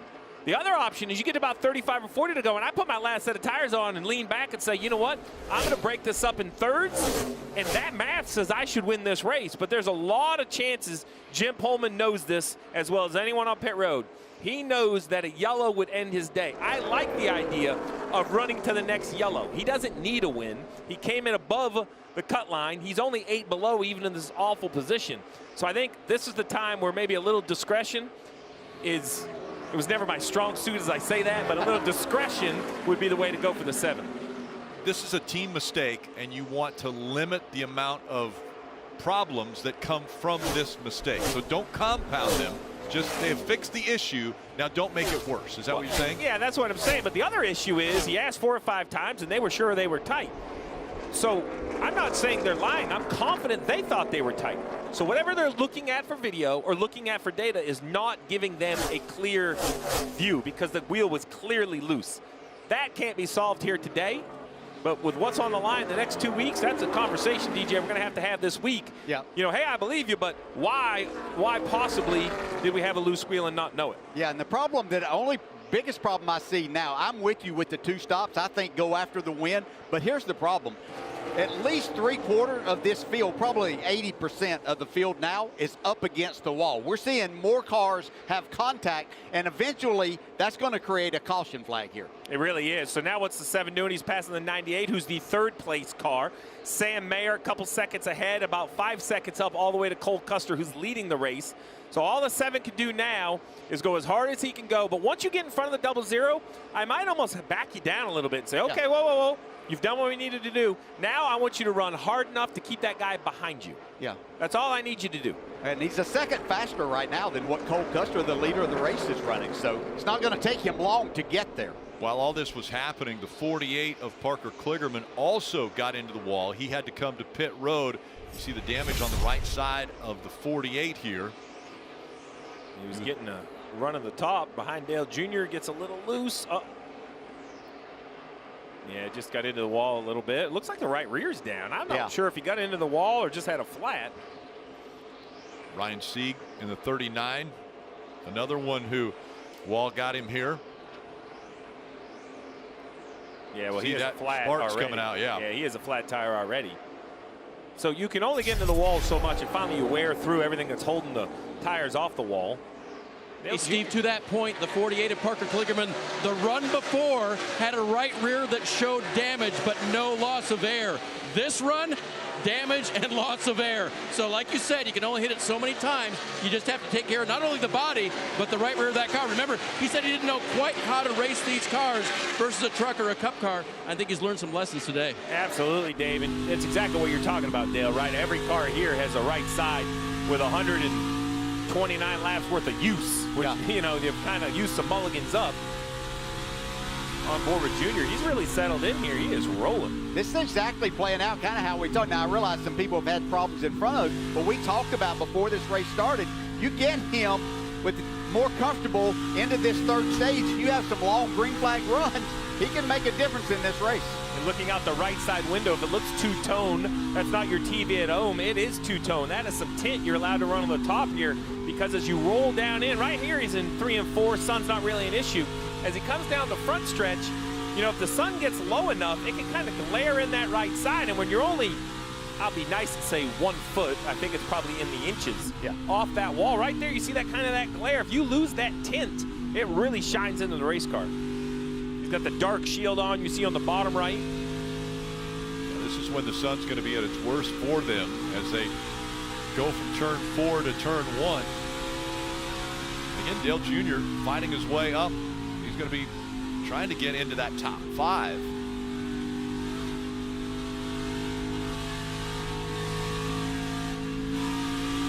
And there is out of turn 4 looking forward. A little bit of glare on the windshield there for Dale Earnhardt Jr. Yeah, and right there as you enter turn 1, that's where it really jumps up at you. Fortunately, they put some grandstands and suites down there, and the sun does get down behind there, so it doesn't last as long as what it used to. Marty, is the 7 going to try a little new strategy now that they had to go to those different tires? Doing all he can do right now. But Steve, he just came on the radio to Jim Pullman a moment ago, and he said, I think I killed the threads on the left rear wheel. We ran it too long with a loose wheel, and Pullman said, I was afraid of that. So what does all that mean, Steve? Well, what happens is you showed the damage to the wheel. Well, what's doing that damage is the wheel stud, and that's where the threads are. Remember, these lug nuts are tapered. Unlike a regular nut that would tighten up against the bolt like a nut you would have at home, it would be kind of flush. But the taper means that the tip of that lug nut goes where that wheel is, kind of into that insert. So where that wheel was banging on those wheel studs has mushroomed those threads over. So now you tighten the lug nut all you want, but it actually just tightens against the messed up threads. It doesn't clamp the wheel tight enough. That was my concern when you ride that long on a loose wheel.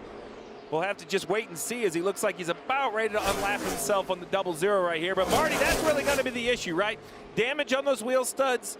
If they can get them tight, that's great, but it's going to take longer pit stops.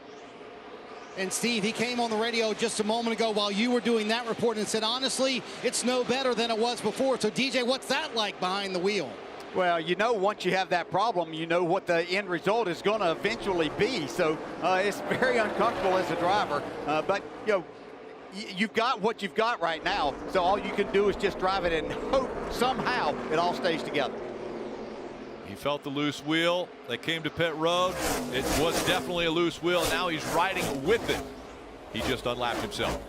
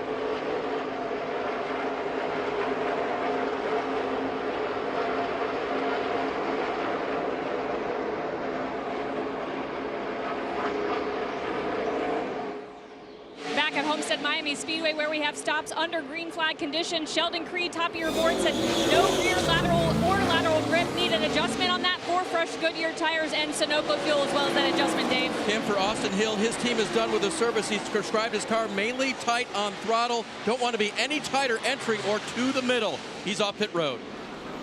All right, Steve, how quickly will we see other green flag pit stops as the race off of pit road between those RCR cars? Kim. And the 98 of Riley Herbst making his stop. You saw that adjustment. He said he just needed more front turn on that machine. What a great run after a win last week for Riley Herbst, Dave. 20 of John Hunter Nemechek. He needs lateral grip, rear drive. They'll make a 4 Goodyear tire change for him and adjustments there. Dale Earnhardt Jr. on the left. He's on pit road. He said no grip. I don't know what to do there. They'll make some changes. See if it works, Marty. Dave, we have talked about the patience Cole Custer has shown today. He has led 108 laps. This could be his race to advance to the championship 4. A car having a problem on the racetrack. One car blowing up. I believe that's Chandler Smith coming to pit road now. But for Cole Custer, he said once he got to the wall and was willing to run it, he said he just needs a little bit more turn. They've been the dominant car, and the pit crew's been terrific. Can they deliver on what should be the last stop, Dave? So far for Sammy Smith today, it's been tough as he leaves pit road now. They made changes to the 18. Oh, no, he's coming in right now. So the 4 Goodyear tires he will get will hopefully change that car. This rookie has not had a good day in terms of stage point. He has not earned any. Remember, he came into the deficit. He's making Martinsville look like a must-win next week. Hard left-hand turn for the 16 of Chandler Smith. He's behind the wall now, so out of this race it looks like for the 16 as Ellis and Sammy Smith get on the access road as they exit pit road and back up to speed down the backstretch. The 9, Brandon Jones, Parker Retzloff also on pit road now.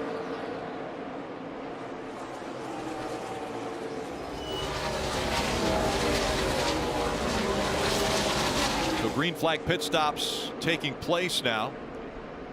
It's 2 and 21. Again, those fresh tires, those two fighting for spots on the track. Derek Krauss back out front again as the green flag pit stops continue to cycle through. A little earlier than I anticipated. You know, the leaders only had about 40 laps on their tires. They were pitting with 60 to go, and I know that's been the signature. As we see now, Kaz Gralla in the 26 with some heavy smoke out of the left front.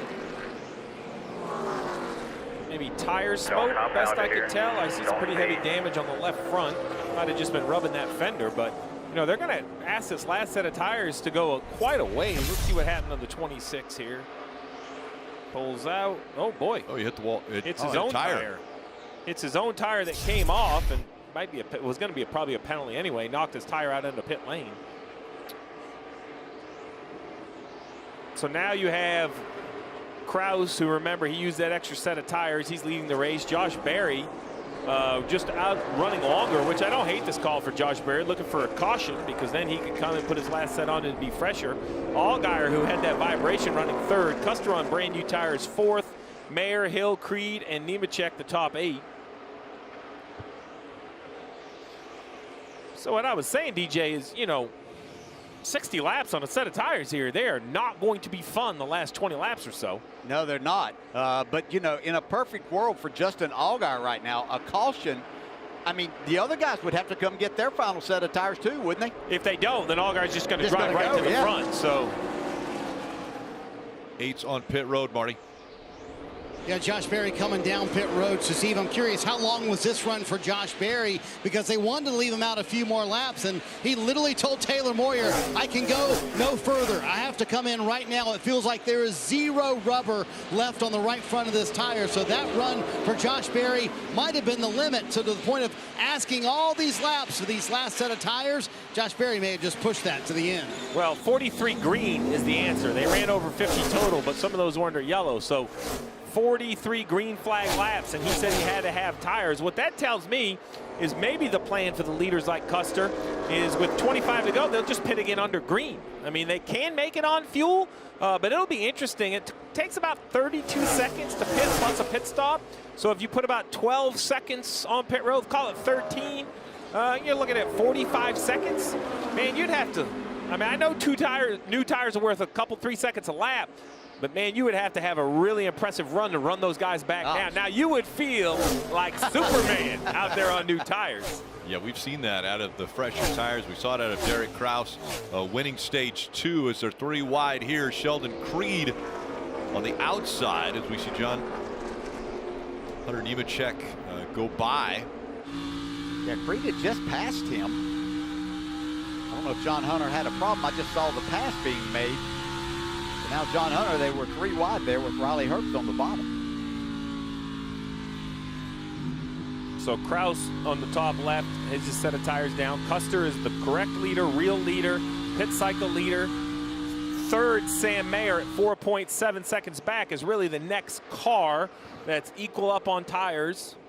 Marty, what are you hearing on pit road? Steve, did you say 44 laps for Josh Berry? This is the right front tire, and he wasn't kidding.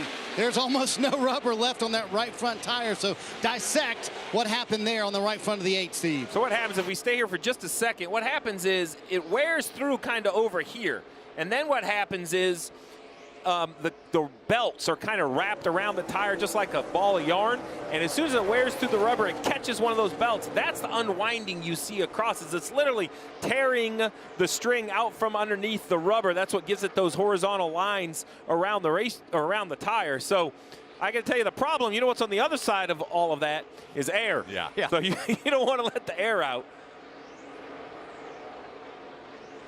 So now after green flag pit stops have cycled through, it's Cole Custer and Sam Mayer running 1 and 2. The two of them are separated by 3.5 seconds.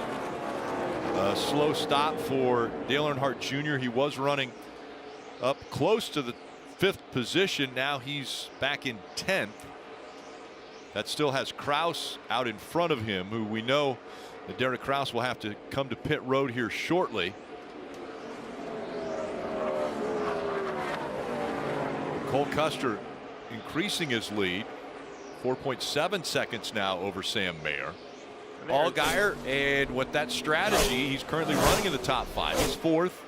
Yeah, he just needs that caution right now, really. He doesn't want to go hardly any further because that would drag everybody to pit road, and he's sitting here in 4th. Moments ago, the 7 up into the wall. Again, he thinks he has an issue as far as those lug nuts, Steve, not tightening enough to give him a comfortable feeling with that wheel. Yeah, I mean, basically they rode so long on the loose left rear that now there's damage that doesn't allow it to really be tightened up. Let's listen in to Allgaier. Protect your right side, middle of the seam. Middle of the seam, I'm 6 inches off the wall, bro. Cole Custer has a problem. He's slow on the racetrack as he goes across the finish line. Right front tire flat, Rick. That's what he just said. So right front tire flat for the dominant car today. Had led 114 laps for Cole Custer. And the problem is it happened coming off turn 4. He's got to lip all the way around the racetrack. And the problem is, I can't tell you if he got into the wall or didn't get into the wall. They've hit the wall so many times. I know he has at some point. I'm not sure if that's what caused this. Let's take a look. He goes in. It looks like it's up. It looks like it's at speed like normal. I mean, I don't know what happened first. We definitely saw some wall contact, so we'll have to just hear what the 00 has to say. But now to Marty's point, as he goes around at this speed, all the sparks, everything you see, I know there's an interliner. He's dragging the sway bar arm off, the right front splitter off. This 00 is going to be a world of trouble, even if he does get back to pit road. He's on pit road, and watch the points go away from Cole Custer. As they run, now he's only 1 point above the cut line and now below the cut line. Those 18 points that he was able to gain in the first 2 stages, huge right now, Marty. Oh my goodness, Rick, the win was so close for the 00 team. They looked like they would lock into the championship 4, but you got to run all 200 laps. That right front gone for Cole Custer, and now they'll go into Martinsville likely in a must-win scenario. Check that right front coming off the 00 car here. So these new tires will help, Steve, but man, those points slipping away every moment here for the 00. Now it really just depends on what everyone else does in the race. Remember, he was one of the drivers coming in that was just barely above the cut line. 15 points, I guess, depends on which side you're on. If it's barely or a good area, we'll see. He's going to lose points here. But now, who wins the race? Do we see a new winner? -7 right now, which is good news for Custer because he's about 20th on the racetrack. But how do these leaders, Sam Mayer, how do he and his team, Austin Hill is right there, Nemechek, Sheldon Creed, how do they go about this and trying to get that many laps out of their tires? I don't see it happen. No, I don't either. I think you're going to have to pit with 15 or 20 laps to go, or you might be the caution. The 7 has finally said he had to come in, whether it's worn out tires or a vibration on the left rear. We'll have to get an update. Now the 00 also has a penalty for too many men over the wall. Marty. Yeah, the insult to injury for Cole Custer. They'll have to serve that penalty. Jim Pullman did not want to make this move to pit for Justin Allgaier because he wanted a set of tires later in the race. Allgaier said, I simply cannot go any longer. So Allgaier pitting from the top 5 after having maybe his best ever Miami race. And there's Cole Custer, the dominant car, serving his penalty. What a swing of events here in stage 3, Rick. Yeah, race leader Cole Custer, right front goes down. They come to pit road. Too many men over the wall. And so now Cole Custer serving the penalty. Allgaier has come back to pit road. They've got an issue with the wheel, not feeling like it is completely secure. So that puts Sam Mayer out in front. And the other playoff driver who's currently out of this race is Chandler Smith. Rick, he had a banged up race car with the front end that didn't look right. Did you eventually just overheat that motor? I just noticed I started smelling some oil and looked at my oil pressure gauge and was losing a little bit of oil. And it kind of plateaued a little bit there. I was thinking it was going to be okay. And then out of nowhere, it just started blowing up. So sucks. I hate it for my guys. I hate what got us there partially. It's my fault for not doing a good job in qualifying. And qualifying as far back as we did, kind of stayed there. I'm definitely pretty pissed off between the 11 and 9. I don't know if it was a racing deal. Looking at the replays, it looks like they both kind of screwed up, and I was the collateral damage of it both. So sucks to say the least. But I'm going to watch this as a race fan for the rest of the race, and I hope Junebug goes and wins this thing, to be honest with you. There's one for Junior. There's the wreck again that started the day for Chandler Smith going bad. And as he said at the end, the motor just gave way. A lot of people, Rick, saying next week, I got to win at Martinsville to advance. One of them, Chandler Smith. Yeah, and the reason he wants Junior to win is because he wouldn't lock up one of those championship 4 spots that he wants to be a part of. Sam Mayer is out front right now at Homestead-Miami Speedway.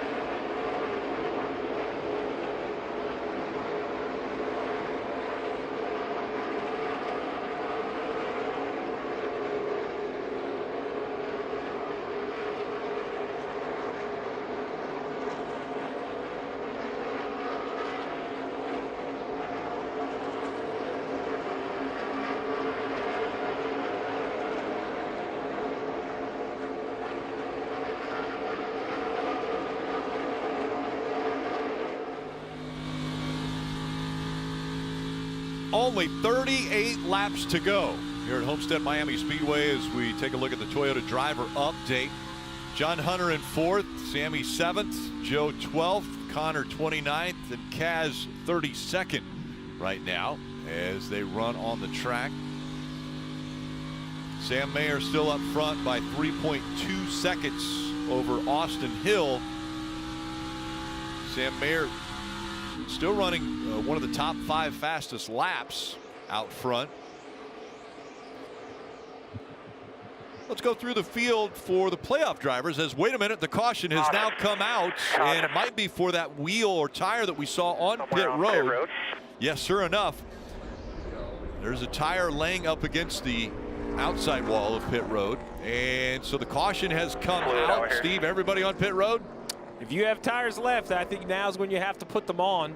37 laps to go, and that kind of took some of the dilemma away from the teams that pitted so early. I think everybody has to come now. Unfortunately for Allgaier, who I think put his last set of tires on. Now the good news is he'll be able to stay out and take the wave around, but now he's in a kind of a world of hurt. He really needs this to run through for a cycle.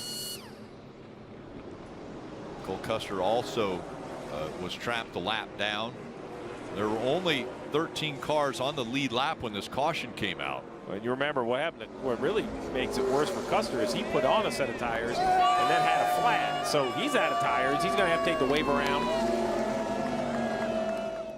The crowd having fun here at Homestead-Miami Speedway. Again, there'll be 2 races remaining for the Xfinity Series at the checkered flag today. Sam Mayer's out front trying to lock up a spot in the championship 4. A win automatically gets you into that championship 4. We talk a lot about saving tires, so you know you really want to hear a Hail Mary. A Hail Mary for someone like Brendan Jones, who's running 9th, is to not pit here. 36 laps to go. You're absolutely going to be the last car in the lead lap, probably laps down if you don't get another yellow. But if you run 15 laps and get a yellow, you're the only car in Homestead-Miami with a set of tires. You'll win the race. I mean, you literally will. It'll be just like Derek Krause did that stage. You'll drive by everybody like you're the fastest thing here. So you look at non-playoff cars is what I mean. So you look at Jones or Brary, Joe Graff Jr., maybe Jeb Burton tries to steal a win. Now look, the risk is real. This is an all or nothing move. If you don't pit, you're going to look silly because you're going to be in big trouble if you don't get a yellow. But if you get a yellow, pay dirt. Why wouldn't Sammy Smith try that? He's not in contention. He's so many points behind. Why would they not try that strategy? I don't hate that because at 43 points behind, there's only so many more he can currently make up. And staying on the racetrack would put maybe Custer and Allgaier with the chance to recover as much. So that could also trap a guy playing a little offense while you're playing defense. Marty. Justin Allgaier and Cole Custer will both take the wave around here. Steve, Cole Custer really still upset with him about what happened. Listen to the radio. And first time I hit the freaking wall all day. Sorry, guys. Hey, dude, this is a team. We love you. Still love you. So we're going to fight to the end here. You're going to be okay. And then, Steve, to make it even worse, Jonathan Tony on your screen right now, that was him with too many men over the wall. He went to catch that flat tire, that right front that went flat. He went over the wall accidentally, and that's why they got that penalty after hitting the wall. Man, that is just too bad. The extra penalty really put him behind. Now we see the leaders come in. There you go. Sheldon Creed turns right, stays on the racetrack. A big gamble by the 2-car. I don't hate it. Kim.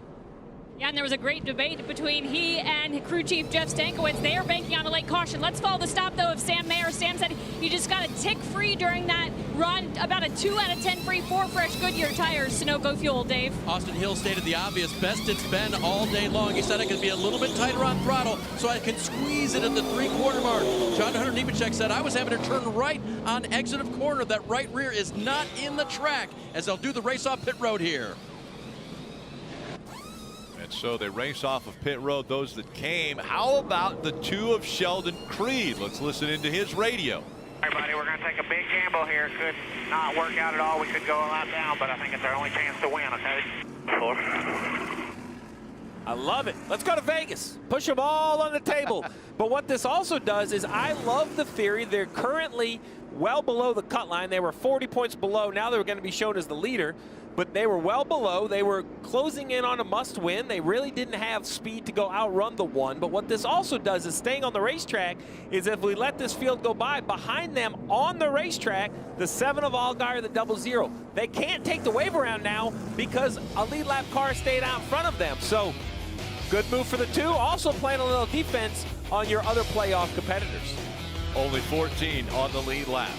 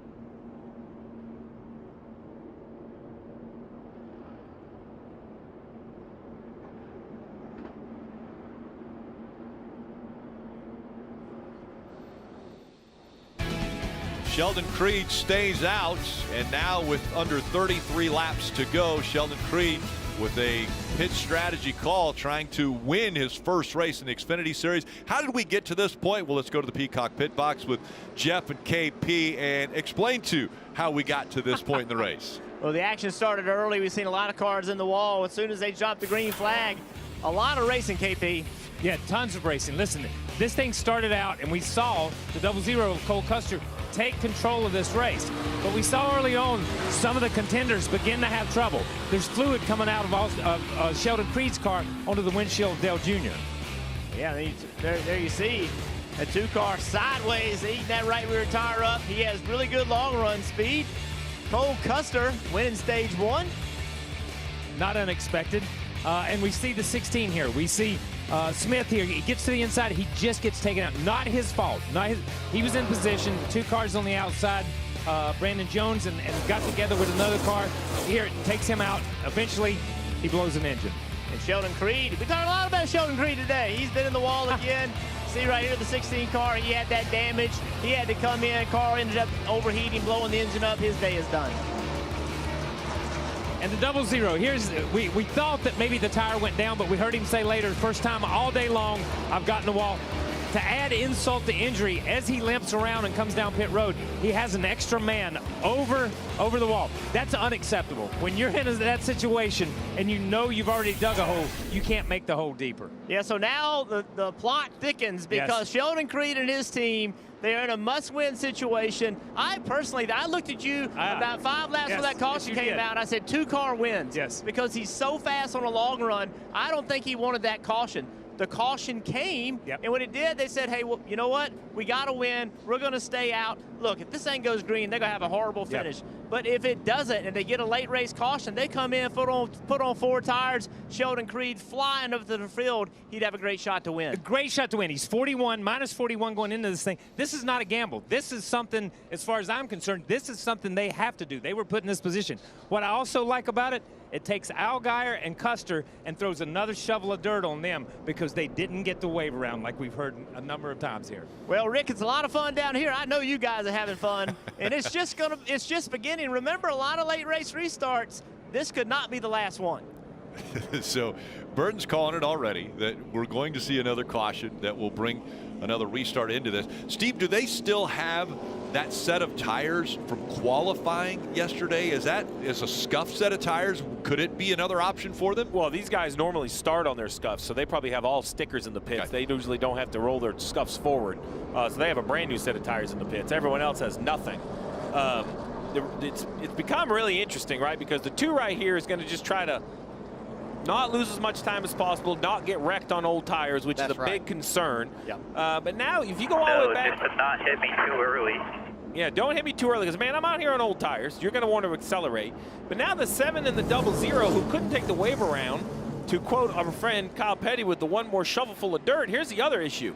Is the other cars, Ryan Sieg, Josh Williams, Jeffrey Earnhardt, Jeremy Clements in the Kyle Petty throwback, they all are a lap down, but they just put on brand new tires. So I know that, you know, the 7 and the 00 have pretty good speed, but they have, you know, older tires on their cars, so it's going to be next to impossible for them to even race for the free pass.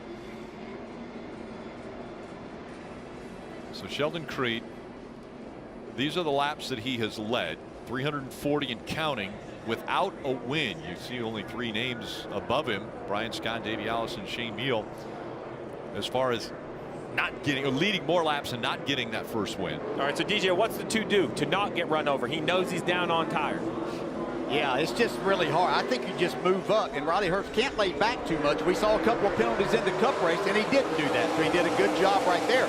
But you just got to get out of the way. Outside, middle. Yeah, they are flying by him. So Sheldon Creed's going to try to limit the amount of damage here. He falls all the way back, even through turns 1 and 2, as we saw a car got into the wall there. I don't know if it was the 8 or the 88. Both looked like they were close to the wall when we saw the smoke. Oh, the 8's into the wall now. And he has a problem. This could bring the caution out, probably will bring the caution out if he can't get hard to the left. Caution is out. Wait, 2 more cars, 3, 2, 1, come on to the bottom, you're good.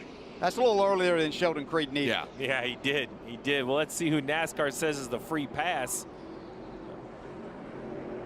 On our scoring monitor, we have Parker Kligerman, the highest scored car a lap down. We'll see if that's what it was. And sure enough, Parker Kligerman will get the free pass. Yeah, so that's just one more swing and a miss for Allgaier and Custer. And listen, Sheldon, that's kind of what I was expecting. You would just pull over and start at the back, but you don't want to give up the extra second or 2 because you're going to probably go a lap down. And to your point, DJ, they wanted a yellow, but they didn't want it that soon. Let's see what happened to the 8.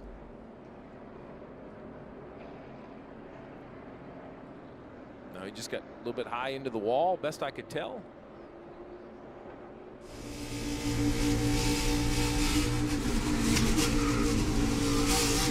Oh, did Junior put him into the wall? It looked like Junior got loose and took the car he owns up the racetrack with him. Oh, yeah, sure big enough. slide and yep, cannonballed up into Josh Berry. So the 88, Dale Earnhardt Jr. Was running beside that 8 of Josh Jones, or excuse me, of Josh Berry, and got into him. They went into the wall, and then we see the result for Josh Berry. Riding along with Junior, watch again.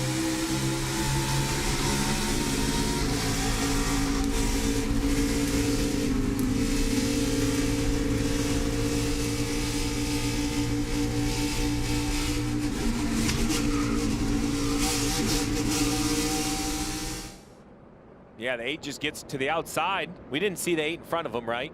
So the 8 gets to the outside of the 88, and then Dale gets loose, comes up, takes the 8 up into the wall. Pretty heavy damage on the right side of the 88. We're going to have to see if he has air in his tires. Well, let's listen into what Junior had to say. Yeah, I heard it 8 through the middle or something. I don't know. I just confused on what you're telling me. We got a flat tire. All right, bring it to us then. So we'll go back and worry about it later, man. So sounds like maybe a little confusion with the spotter or radio communication. Thinks he has a flat, so we'll just have to see if he has to pit. Asking for Jeb to come look at it. Now, no, the rear. I want you to look at the right rear, he says. Oh, man, that sucks. Well, right here, when I felt like I was here, the 8 was in the middle. I didn't know anybody was to the outside. we're going to be able to hear this story tomorrow. Well, so what he's saying is he heard 8 middle, which it was 8 outside your middle.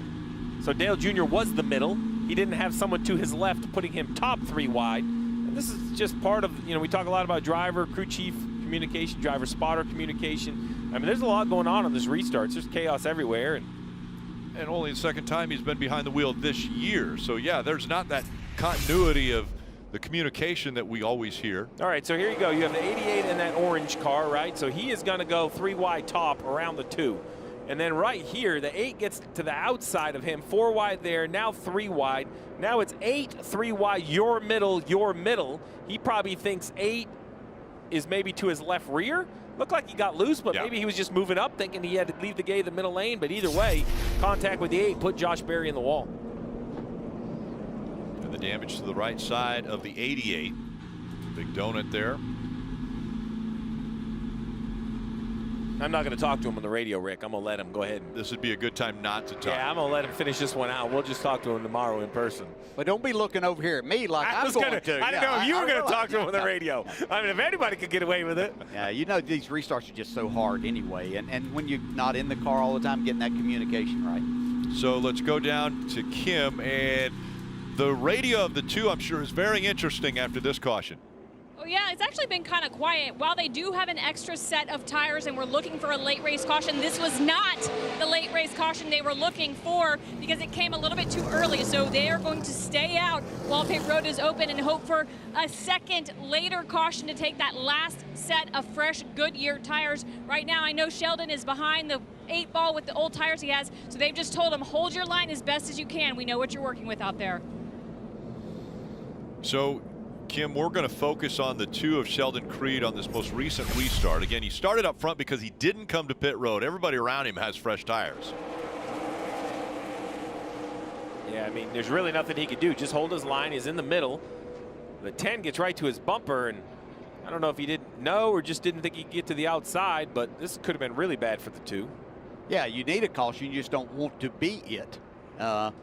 But there's just nothing you can do. I mean, he did the right thing there of getting right there. And, you know, these other drivers should have been notified of what was going on with that so that, you know, and again, it's hard. You've got cars going everywhere there. But, you know, he's just needing to ride is all that he was needing to do. So now what does the 2 need? 25 to go. It's as he's losing laps, it's making this Hail Mary a little bit harder. But to be honest, tires fall off so much. I mean, a green-white checker, he could about still win the race. Like, if they run 20 hard laps on these tires and the caution comes out, there's only 14 cars in the lead lap, so he'll line up in the front 7 rows with brand-new tires. Maybe not a green-white checker, but 3 or 4 laps is probably all he would need. Just remember, this car does not fire off good on new tires against others with new tires. So, yeah, you know, he's got that, but he's still going to be way faster. Marty, what about Cole Custer? Yeah, sitting in 17th, still a lap down, and he wanted a points update from Jonathan Toney. Worst case scenario is 1 car wins. Where does that put us right now? Well, right now the way it runs, no matter what happens, if 1 car wins, we're going to be 5th, 1 point out of 4th. Because right now the way the points are, the 1 car is 3rd in points, and he's leading the race.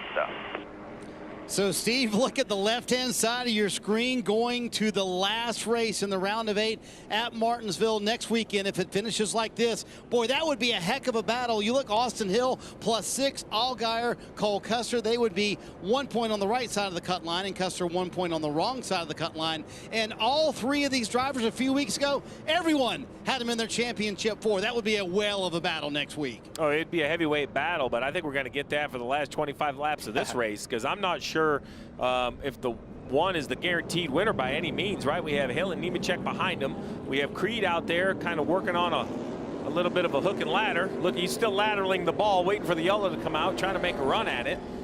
I don't hate the 2's position. I know this is crazy and it's going to take something, but look, I mean, the final green flag run at this racetrack was 5 laps or less in each of the last 4 races here. So this isn't a crazy idea to think that we could have a late yellow. The other thing we have to remember is every position on the track is a point. So even though Cole Custer, we show him as 1 point down below the cut line, he's running against a bunch of other cars that are a lap down. So he could gain potentially 2 spots, which would put him above that cut line with those positions gained. He could also lose 10 correct spots to all the guys as well, Rick. To your point, this could definitely move. Let's listen in to the 7 radio of Justin Allgaier. I'm just going to tell you, frustration level is pegged like 400 out of 10. I'm sorry. I don't mean anything that I'm saying to you. I got to figure out a way to outlet it, because if I don't, I'm going to implode in here. So I'm just telling you right now.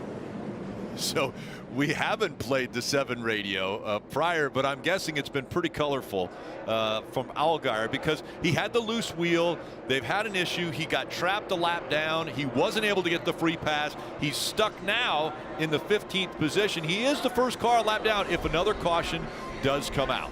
So patience word's out the window now. Patience out the window as we get ready for the restart. You ready? Green, green, green, green. 23 laps remain here in Homestead-Miami. So look right there, Riley Herbst, winner last week. He could do his teammate a huge favor here if he can figure out a way to go past Sam Mayer. His teammate Cole Custer. And he's racing right now for that second spot. 4 wide back here as Cole Custer made it 4 wide.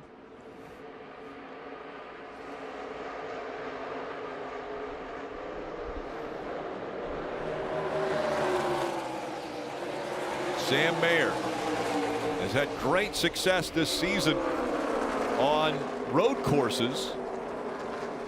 Can he show the strength now on a 1.5 miles? Well, in the pre-race show, we had trending reports, and Sam Mayer was trending up because while he has 3 career wins, they've happened all in the last 11 races. So this is a driver that has matured. He's found a way to win. I know road courses have seemed to be his specialty, but he has had speed other places, and you wonder if today is the day, right? Could this be the big oval track win propelling him into the championship 4? That sun continues to set going into 1. Not only is it bright, but then you kind of drive into the darkness. It's got to take your eyes a little bit of time to kind of adapt. Acclimate to that differing sunlight level. And John Hunter Nemechek now in the 3rd position, chasing down the 21 of Austin Hill in front of him. Let's see what he does as they go into 3. Yeah, John Hunter wants to be aggressive. He obviously would like to win because that does lock him in, but he's got such a huge points advantage right now. He doesn't need to do anything that might create a mistake on his part. Nemechek able to clear the 21 of Hill, so he takes that 2nd spot away. That goes back to those keys we talked about, big picture. Yeah. Right? So now, if you're this 20 car, I think it's, and listen, this isn't the driver's job. This is Ben Bayshore's job. He needs to be on the radio, the crew chief of John Hunter, and say, listen, plus 47. I know we're not locked in, but I would feel really good about going to Martinsville at plus 47. Do not push yourself, because race car drivers, they only see one thing: checkered flags. That's all they see. That and red. They see checkered flags and red, and today we don't really need either. Allgaier seeing red right now, and Sam Mayer would love to see the checkered flag. John Hunter Nemechek as well. Riley Herbst, 2nd and 3/10 behind also. Dave. Josh Berry's out of the infield care center. Josh, racing with the boss there. What happened? Yeah, I'm not really sure. Just got squeezed there. I'm not sure if he got, I have no idea what happened. I haven't seen it. Just got squeezed in the wall there and had something broken, tire down, something in the 3. Just a long day. But we had some really good restarts. That one looked like it was going to work in our favor again, and just unfortunately didn't make it. So just a tough day. Just want to thank everybody at Junior Motorsports. Want to thank Tire Pros for being a big supporter of mine in the last few years. Just got to keep plugging away and try to make something out of these last 2 weeks. 2 weeks to go for Josh Berry before he'll take over behind the wheel of the 4 that Kevin Harvick is vacating. Allgaier running right along the fence as the 00 of Cole Custer has been able to get in front of Allgaier. So now Allgaier has dropped back to 17th. Cole Custer ahead of him, and Cole Custer is now above the cut line, +2. And every position's going to matter. Every point's going to matter. We have seen drivers be tied in the cutoff race. So at this point, you know, Cole Custer gains 1, and you also take 1 away from the 7. That's really an important point in the race for the 00. These 2 are going to wish they could do the race over. I know, just a little bad luck, maybe a little bad execution, a little bit of both.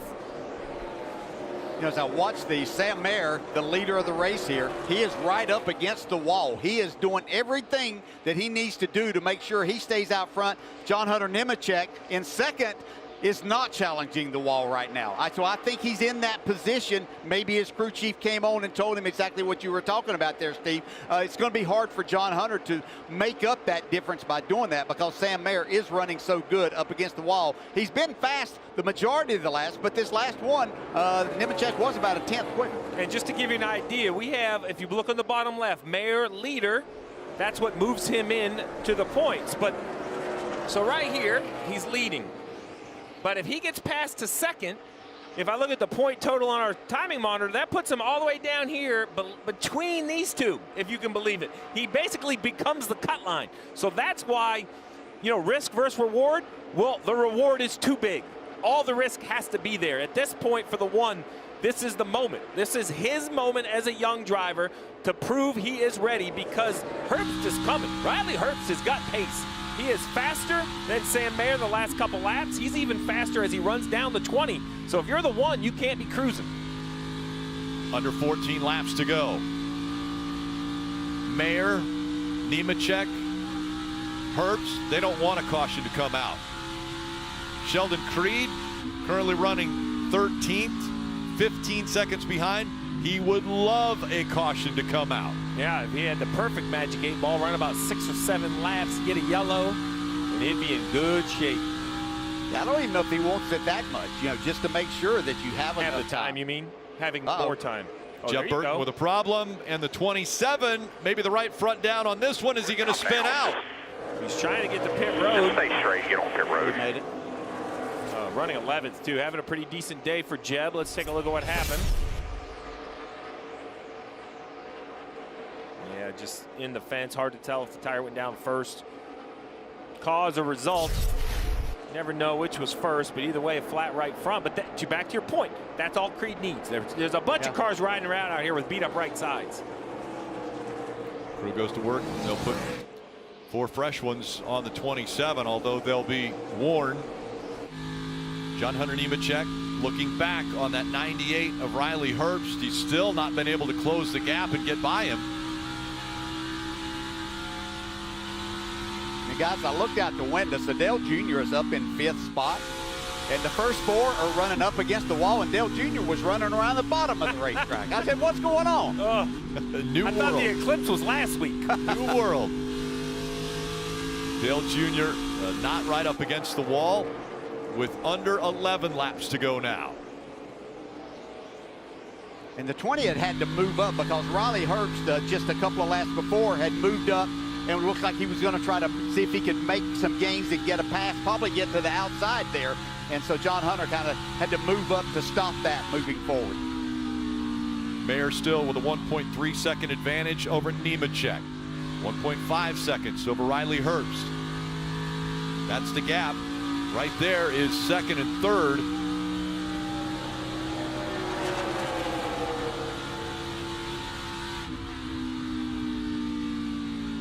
John Hunter Nemechek with enough tape on that windshield that the sun wasn't in his eyes. You could see it was down about where the bottom of his helmet is.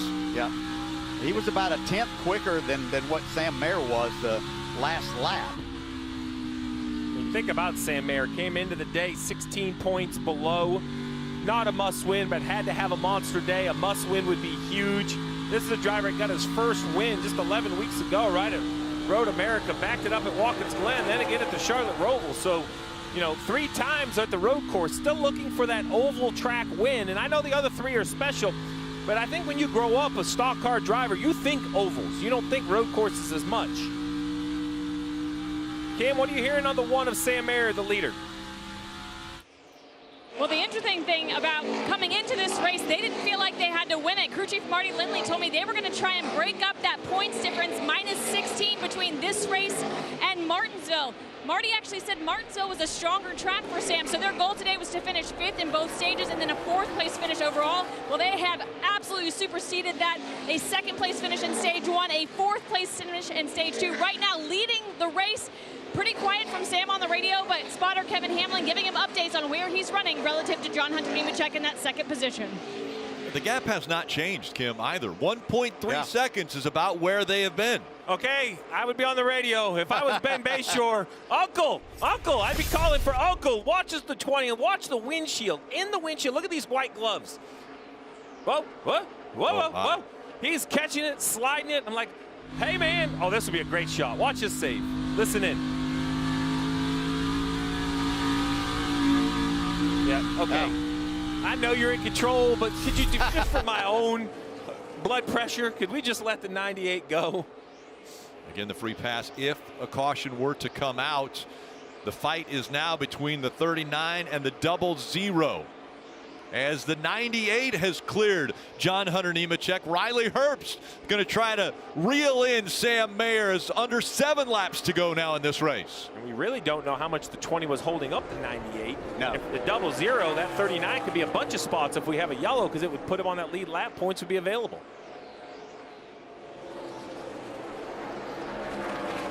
With 6 to go, I mean, if you're the fan of Sheldon Creed, cross your fingers, hope, you know, put your rally cap on. You need a yellow so they could use that last set of tires. Yeah, that would be unfortunate if this race ended and Sheldon Creed had a fresh set of tires laying there in the pits. Yep. Sheldon Creed right now running in the 12th position, 21 seconds behind race leader Sam Mayer. The gap 1.6 seconds back to Riley Herbst. I like this gamble, though, for Sheldon Creed because, I mean, he's still running 12th. He's been 5th to 12th. I mean, what's it going to cost him? 7 points? He's minus 49. Yeah, good gamble. And Steve, you mentioned a caution coming out, you know, and having a green-white checker could still even win him the race because of those fresh tires. Yeah, anything before the white flag would generate overtime, and we would have an extended race. The battle for that free pass. If the caution comes out on the bottom of your screen, here comes Cole Custer. He's going to make the pass now on Ryan Sieg. Under 4 laps to go in the race. And that last lap, Herbst closed in on Mayer almost 0.3 of a second. Yep. And if you just get close enough, you know, you get that guy looking in his mirror, maybe you could get Sam to make a mistake. And we have a car really slow on the flat in 3 and 4. I think he'll get back around the 24 car. Yeah, Connor Mozak is on that access road. 98 is coming, though. He is coming. It's 0.8 of a second now that separate first and second. Riley Herbst is on a roll. 3 to go. Another big chunk, Rick. Now he's close enough. That now when the 1 looks up, DJ, he's going to see that 98 in the mirror. Well, the 98 has changed his line to get at not only the air to the front of his car, but he's able to drive into the corner a lot harder, and he's making up a lot of time just on the entry to the corner. Last lap, he was 0.3 of a second faster than Sam Mayer. Riley Herbst. Could he go back-to-back? He won his very first Xfinity Series race 1 week ago at Las Vegas. Now he's reeling in race leader Sam Mayer. You can see Sam Mayer really battling his car. Looks like it's extremely loose right now. He's even moving down off the wall to see if he can get a little bit of grip and a little bit more speed. And a little defensive. Maybe try to, I'm sure he got information from the spotter. The 98 is lower. Try to be defensive. He's going to have to figure it out for about another 2.5 miles. Can he get within striking distance? Here comes Riley Herbst. And the 2 of Sheldon Creed on pit road. Smoking. This time by. For the 1. It's 1 lap to go. Presented by Credit One Bank. Run your line down here. What will Riley Herbst do to try to get his second win? Sam Mayer, that championship 4 spot right out in front of him as he slides out of turn 2. You could try and shoot down to the bottom here, run maybe a lane up off the wall, have the air block as best we can. You're good by 4. To the bottom of the racetrack, or the middle, goes the 98 of Riley Herbst. Can he get a run? Sam Mayer coming up of turn 4. Sam Mayer into the wall. He gets free. Here comes Herbst. It's going to be Sam Mayer. He wins his way to the championship 4. Good stuff today, boys. Best pit row we've had, best car we've had. We've been to have this, boys. Thank you. What a run by Sam Mayer, holding off Riley Herbst on the very last lap. That was impressive. That young man, that is We talk about the difficulty of this track and trying to run up against the wall, but trying to win a race and knowing what it brings with it, oh my gosh, great job. That last set of corners in 3 and 4, Rick, right here, the one puts it right on the boards. No options other than a great corner. There's no defense to this. This is pure offense. And what is it, an inch? Oh, yeah. But you got to protect that. You've got to make Riley Herbst try to pass you on the inside. You see, Rick, you called it. He was into the wall there, but kept his foot in the gas. Never let off the gas, and there's the margin of victory. The 20-year-old now 4 career wins, and this is his first on an oval. More importantly, at just 20 years old, he will now be guaranteed a shot at the championship in Phoenix. Yeah, John Hunter Nemechek at plus 44. I feel very good about him, and that's basically where it ends. We have an absolute battle between 3 Titans, Cole Custer, Austin Hill, and Allgaier, basically 3 points apart right around the cut line. Martinsville, you are not going to want to miss the short track next week. Martinsville next Saturday for the Xfinity Series. And that will determine the 4 drivers that fight for that championship. 3 are going to join Sam Mayer. With this win here, Sam Mayer locks himself into the championship 4. We've seen excitement out of Sam Mayer after he has won. He won most recently at the Charlotte Roval. But now, this one probably the most important. Let's hear from the driver as he pulls his helmet off. Kim Kuhn down there with him. And you saw him hold up those 4s to the camera. 4th win on the season, but the first win on an oval, and does it when it matters most. Locks himself into the championship 4. Sam, your first win on an oval, but more importantly, you're running for a championship. What does this mean? That's unreal. We won on an oval. Woo! I can't believe it. Like, these guys, the Accelerate Hux Camaro today was just so good. Like, obviously the 00, he was as fast as Xfinity 10G, but so are we. So it's all about putting a full race together, and I'm so proud of these guys. They kicked tail on pit road, and we made it happen with these HMS engines. We saw Riley Herbst give you a run for your money there at the end. What was going through your mind as you saw him in your mirror? Stuart Haas had it today, that's for sure. It's just really cool to be able to beat a amazing organization like that. So Riley's definitely turned it on, and we got to turn it on a little harder going in Phoenix. Your winner at an oval, Sam Mayer, locks himself into the championship 4 at Phoenix as his crew comes in for a celebration.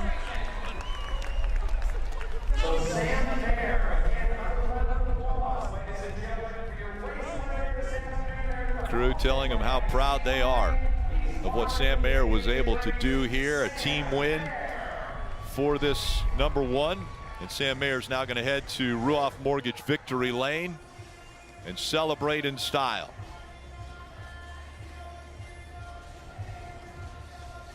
Steve, you mentioned it. 44 points for John Hunter Nemechek above the cut line, but only 3 points separating the 00, the 21, and the 7. There's only 3 spots available. So somebody's going to have to lose out. Could it take a win like what we saw to Sam Mayer?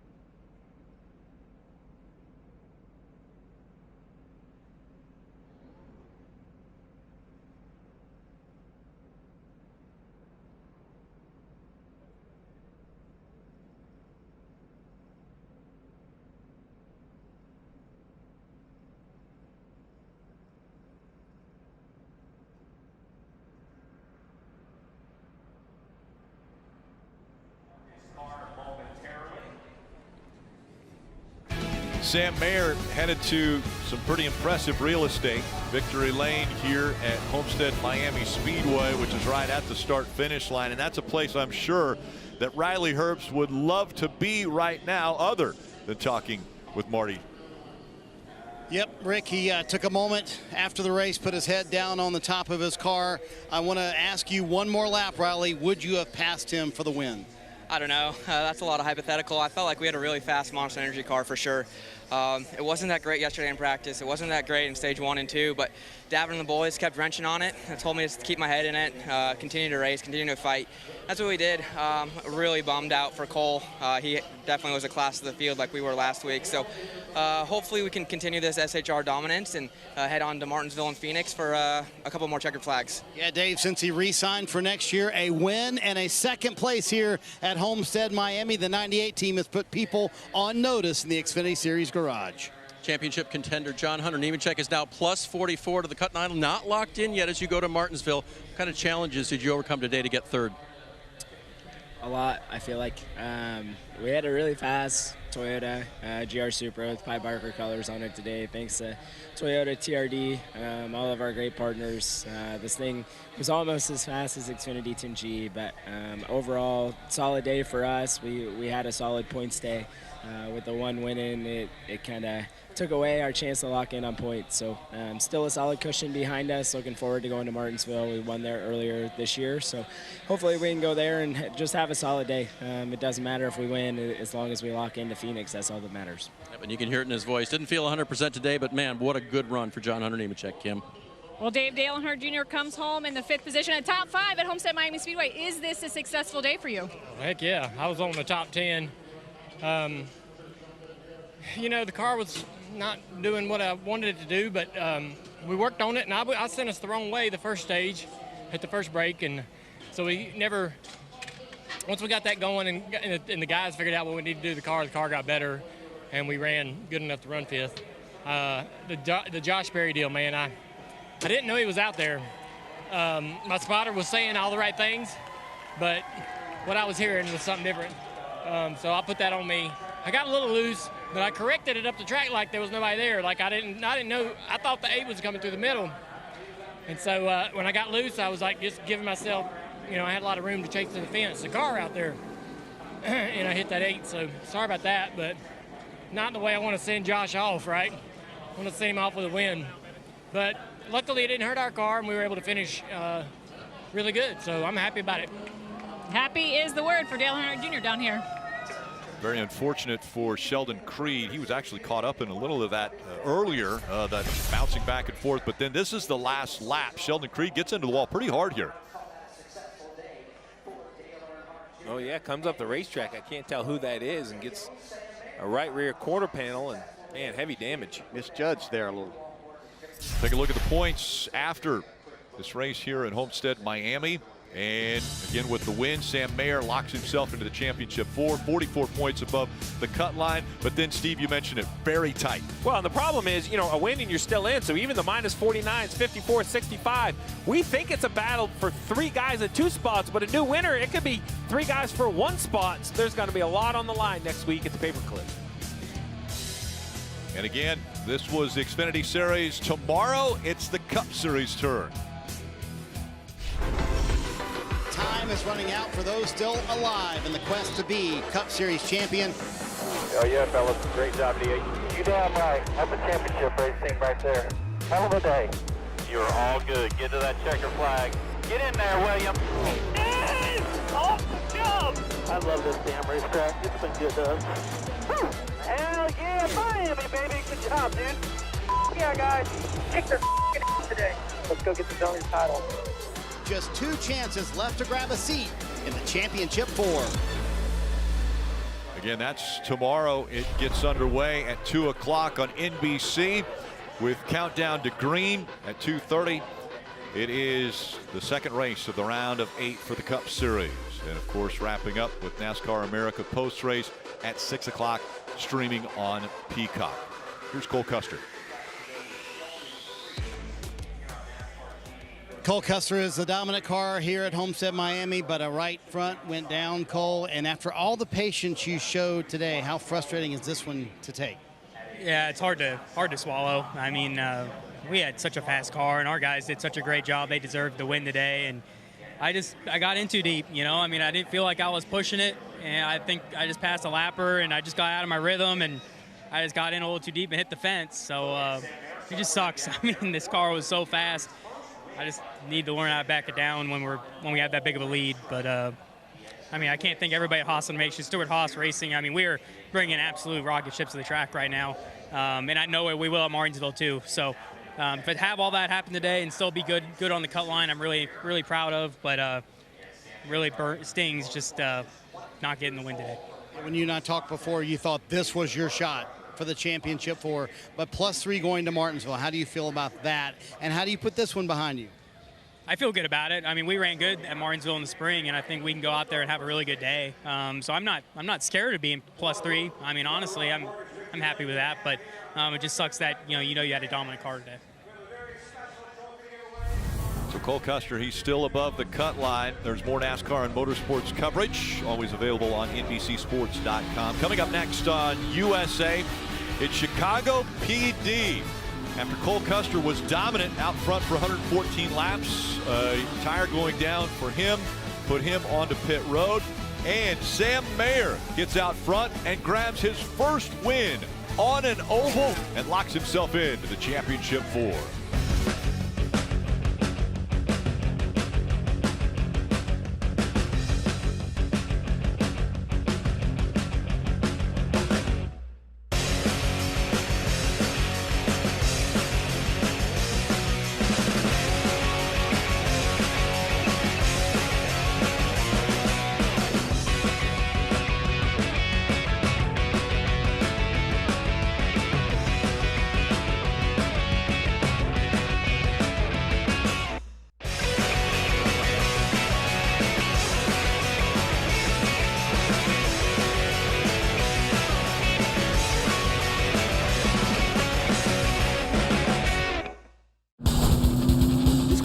Telecast may not be reproduced, retransmitted, or used in any form without the authorized written consent of NASCAR Broadcasting. NASCAR would like to thank all of our fans